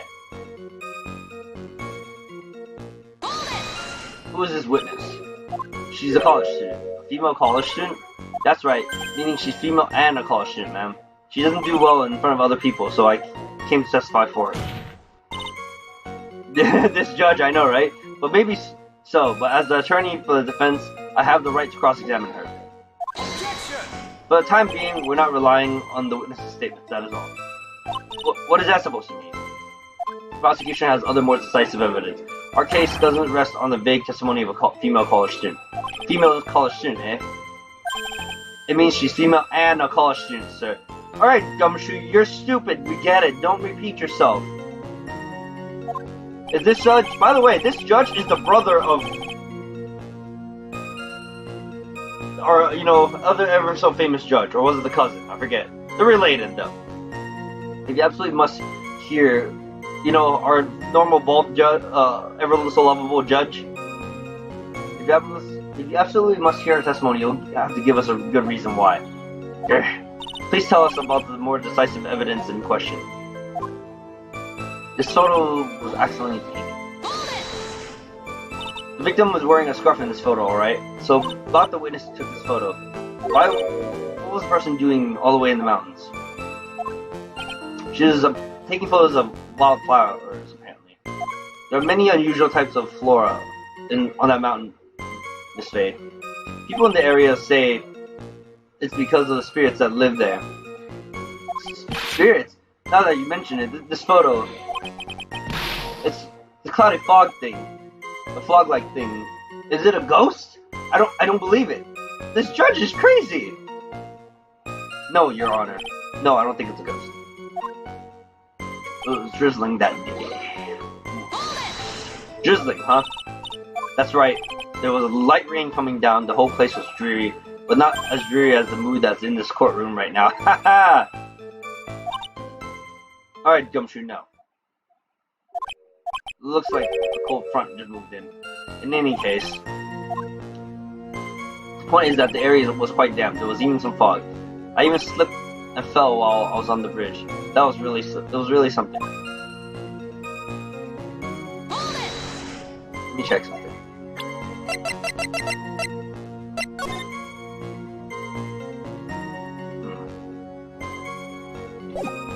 The thing is, if she got stabbed, where's the blood? Is that part of the witness's testimony as well? Of course it is. He pushed the victim hard in the back and she fell down right on her stomach. I remember that happening once myself. It was really brutal. I guess talking about seeing someone get pushed, or were you the one getting pushed? But does it mean that you pushed someone down like that once?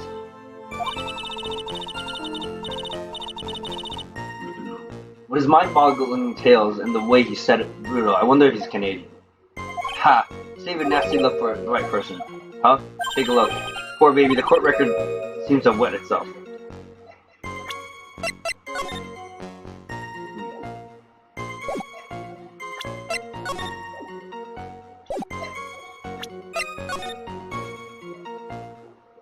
There's no mud on her jacket though.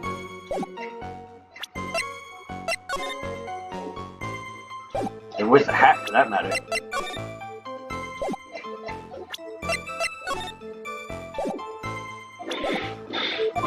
Hey, watch where you spill your coffee. Court record, huh?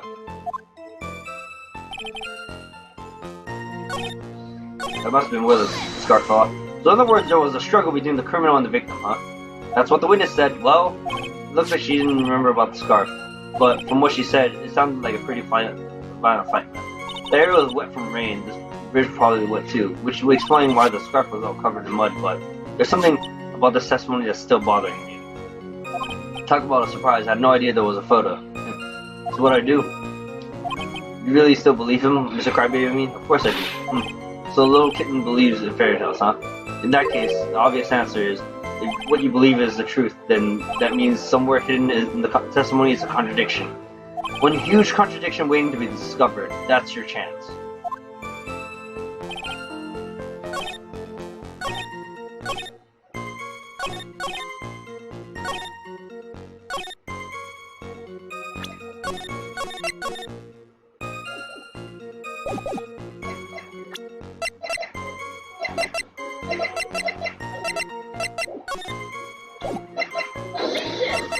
There's no mud on her jacket like I mentioned earlier. So at the time of the crime, there was light drizzle coming down, correct? Yeah, and fog too. Just a generally soggy atmosphere. Well, I have evidence that doesn't go with soggy atmosphere. But there's the photo of the victim's body that was found in the car trunk. Considering the conditions at the scene of the crime, something isn't right. Well, by all means, please enlighten us to what isn't right.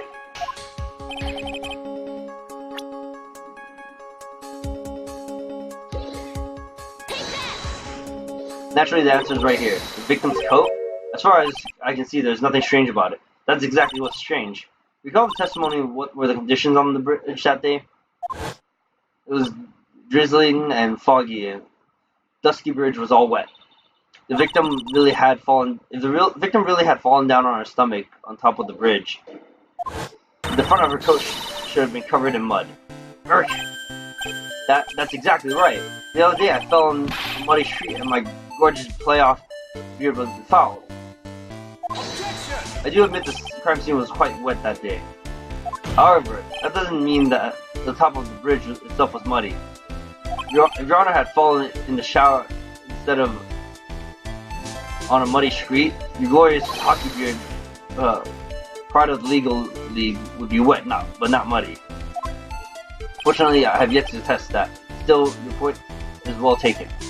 Can you prove that the surface of the bridge was muddy that day? The surface of the bridge, huh? Ha! A real man wouldn't stand for a taunt like this. Neither would a real woman. Of course I can.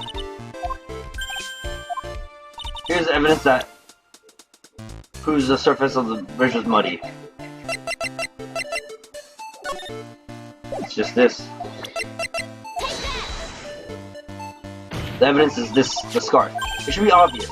If the scarf fell onto a bridge and got this muddy, that means the bridge was obviously covered in mud. Urgh! No, I can't be outwitted by this novice bimbo. Hey, same to you, buddy. There's two novices. But you calling this hot woman a bimbo? What the fuck, Edgeworth? This phase assertion makes perfect sense to me. I do admit that there appears to be a contradiction between the condition of the victim's coat and her scarf. However, the real question is, why is there a contradiction? Huh? For every contradiction, there exists an explanation. Let's look at what the explanation in this case may be, shall we? Alright. It's not like he's really giving me a choice here. Ha. You're doing pretty well for a little kid. Mr. Marmondo. No matter what he says, a contradiction always comes down to a lie. It's either the victim discovered in the trunk, the witness's photo showing the defendant and the victim, or the witness's testimony that stated she saw the moment of the murder. Just relax and think it over. It's pretty simple, isn't it? The false evidence is one of those three. What you said just now, I'm not sure I like it. That wasn't me, Your Honor. It was coffee aficionado over here that said it. This court is not in the habit of accepting false evidence, you know. Blame it on him, Your Honor. He's the one trying to slip false evidence into the court. We won't let him. We'll expose his evidence as the flimsy scam it is. Yes. The false evidence in this case is...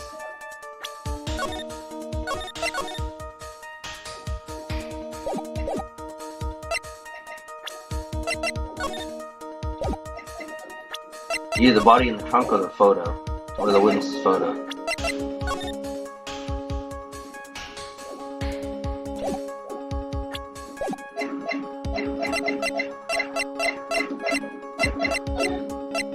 Show the body in the trunk. The victim really did try to repel her killer if she did fall down on the bridge. Then you expect her coat to be dirty. Therefore, the body that was found in the trunk of the car, it was not the body of Valerie Hawthorne. I mean, it is. What do you have to say to that, Miss Edgeworth? Objection. Not only a whisper, but he's mixed in a side joke. Valerie Hawthorne was more than a simple meter maid. She was a sergeant. There's absolutely no chance that a mistake about her identity could be made. I guess he's right. From this point on, Miss Faye, I will penalize you for making unsubstantiated accusations. Ugh, don't do it, Mia. Don't cry until you get home. In any case, this court is not in the habit of accepting false evidence, you know.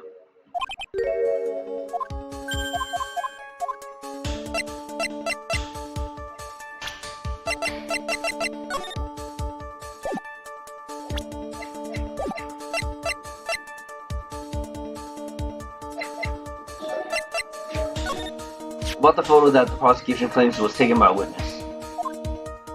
Certainly seems to show a man in the prison uniform and a woman in the coat. I don't think this is it, but I wanted to read what was said anyway. At this point, it might just be witness testimony. However, we can't tell any more than that from the photo. Are you saying that people in the photo may not be the victim and the defendant? Well, that's certainly a possibility. So perhaps it was another prisoner or policewoman. I admit, people have their quirks. Perhaps they were part of a role-playing group. Well, I suppose that's also possible. I guess you messed up and kidding.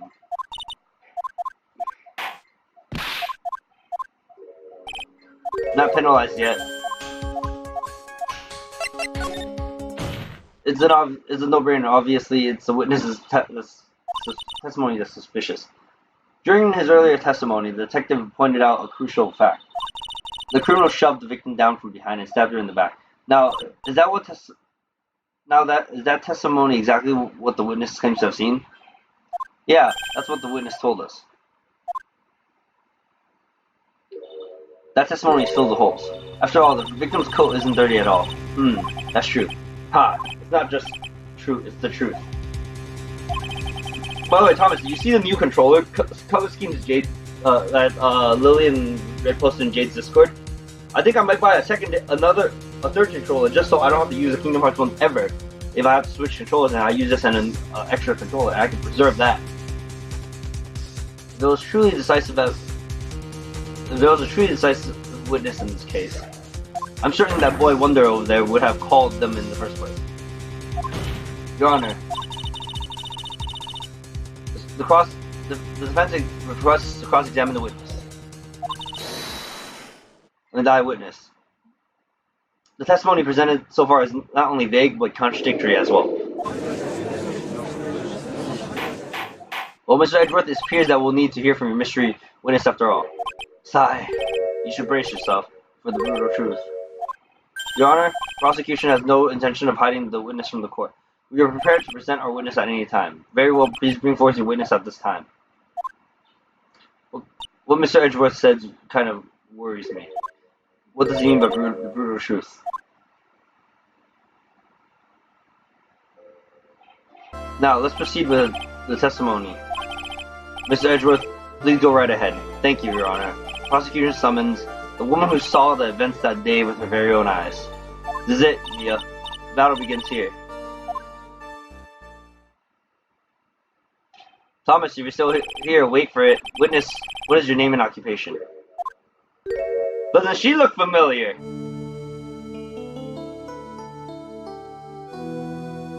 Everyone's so silent that I can hear their hearts pitter-patter.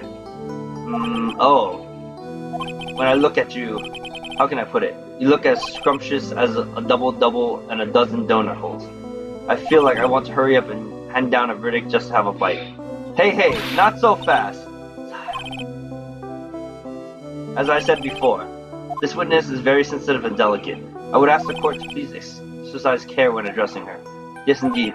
Thank you, Mr. Edgeworth. You are a true gentleman. Miss Faye, you can learn a lot from this man. If he's such a gentleman, he sure doesn't act like one to me. Sir? Yes, my dear? This is my first time, so I'm sure I'll make a lot of mistakes. Anyway, I just wanted to say I'm sorry for all the trouble I might cause. Not at all. It's no trouble at all. Look how wide-eyed he got. What an interesting comparison. Wait, comparison? What do you mean, dude? Who do you think that person is? Now then, may we please have your name and occupation? My name is, Melissa Foster. I'm a college student, a freshman in the literature department. By the way, you can obviously tell that name is a farce. You were on the scene when the unfortunate event occurred, correct? Oh, I mean the judge. Oh, okay. You were the one who took this photo. Is that accurate? Wah! How can you be so mean? Now see here, what are you doing shoving that in her face like that? But it's just a photograph. It's not like it's something dangerous. Next time I'll be forced to penalize you. Uh-oh. I don't like the turn this is taking. Is she glaring at me? And you would be... Huh? I'm the defense attorney. My name is Mia Faye. I see. So you are. Now then, young lady, would you please give us your testimony? Yes, Your Honor, I'll do my best.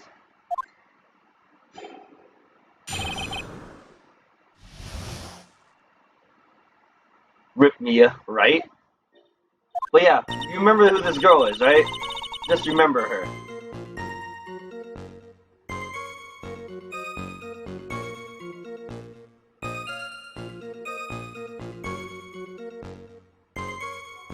Or have we not met her yet in this case? I mean, in this game.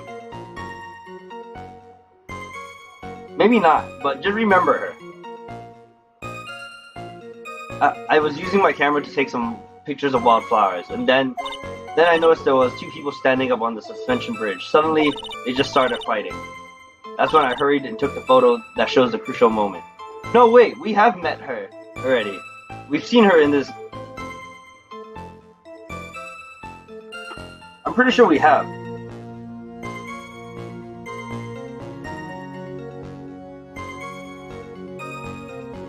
Thomas, do you... This game was the previous game. Do you remember the case involving Phoenix as a younger Phoenix swallowing poison?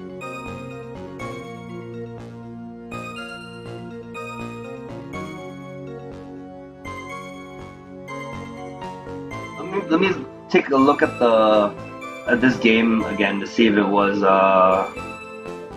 in Trials and Tribulations, or if it was a previous game.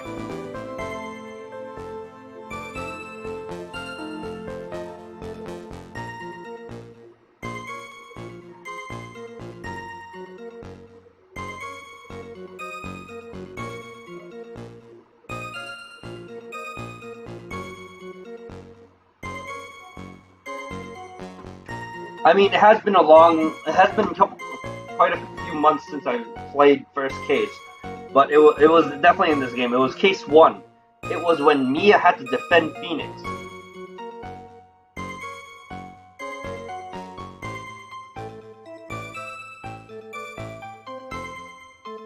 And we realized her name was Dahlia Hawthorne. And here she's Melissa Foster right now, and you will see why later. That's when I hurried and took the photo that shows the crucial moment. Right after that, I called the police.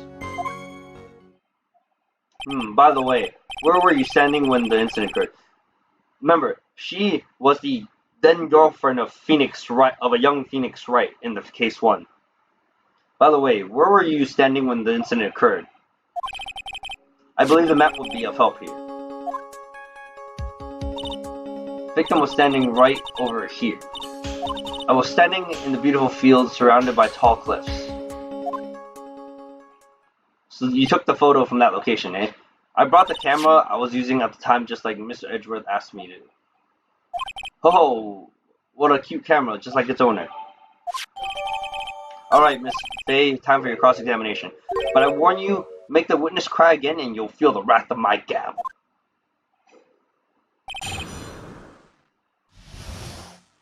And this is where we'll stop. Now that we've met her, I wanted to get to this point.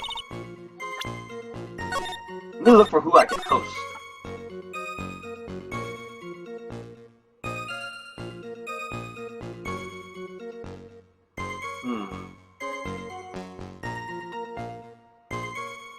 By the way, that whole thing about Hero Band, Leffen's doing the Hero Band talk right now on the stream apparently. I don't know what's going on with it, but I honestly think we don't need a band hero. We just need to go and learn, kind of figure things out against them. Like, no other fighting game really ban characters. In fact, the rest of the FGC seems to be laughing at the drama right now over banning hero.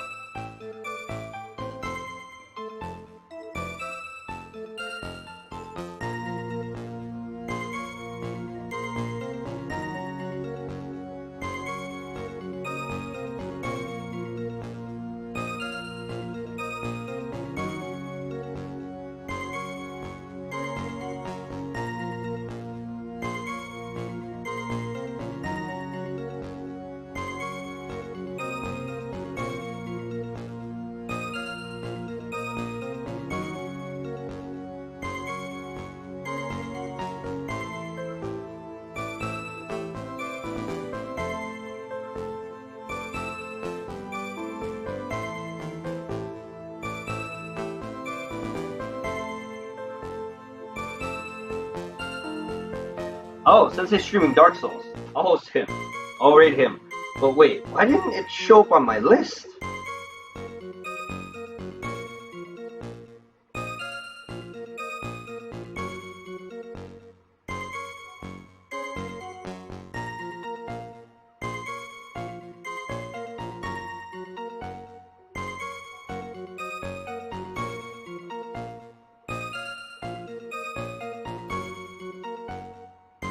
Oh, there he is. I missed it, I guess. Maybe mobile. Oh no, I think it was just not refreshing fast enough. But yeah, I'm gonna raid Sensei. He's playing Dark Souls Remaster, I think. But anyways, like I said, I'm not streaming tomorrow. I'm going to be going to a tournament, so I can play my new deck. I had split a case for it with Vegas last week. Because I won't get to play it this Saturday since Shop Challenge is at my local shop this week, and usually people are too tired for a Japanese tourney afterwards, so people aren't gonna want to play. But if we do, then I'll do double tourney weekend. I'll do a triple tourney weekend, and at which point that's fine with me. I get more practice for Texas too, and I get to kind of give myself a refreshing break. I've been playing so much of my my main tournament deck in shop challenges and in Japanese tournaments to top low that I'm getting burned out playing that deck. So I need a break from Sword Art Online sometimes. But anyways, yeah. Thank you all for tuning in. Thank you for everybody that followed. There was a couple people followed while I was my stream was off, and then Kyoko Tomoe followed me while I was on. I'll see you guys. I don't know. Depends. If I can stream Sunday, I might. We'll see what happens. I might be at a thing. If otherwise, I will try to stream Sunday. If not, then I'll see you guys Monday. To be back on my regular schedule. But until then, I'll see you guys next time. Good night and goodbye. Bang. Oh wait, I didn't press it yet. Give it like 8 seconds. So I guess while I'm still here, I may change schedules around to give me Friday free instead, and I may move it a Sunday stream going forward. I'll see how next week goes. So that way I can attend the tournament on Fridays too. But until then, like I said, goodbye and good night. Go enjoy Sensei's stream, please, and bang.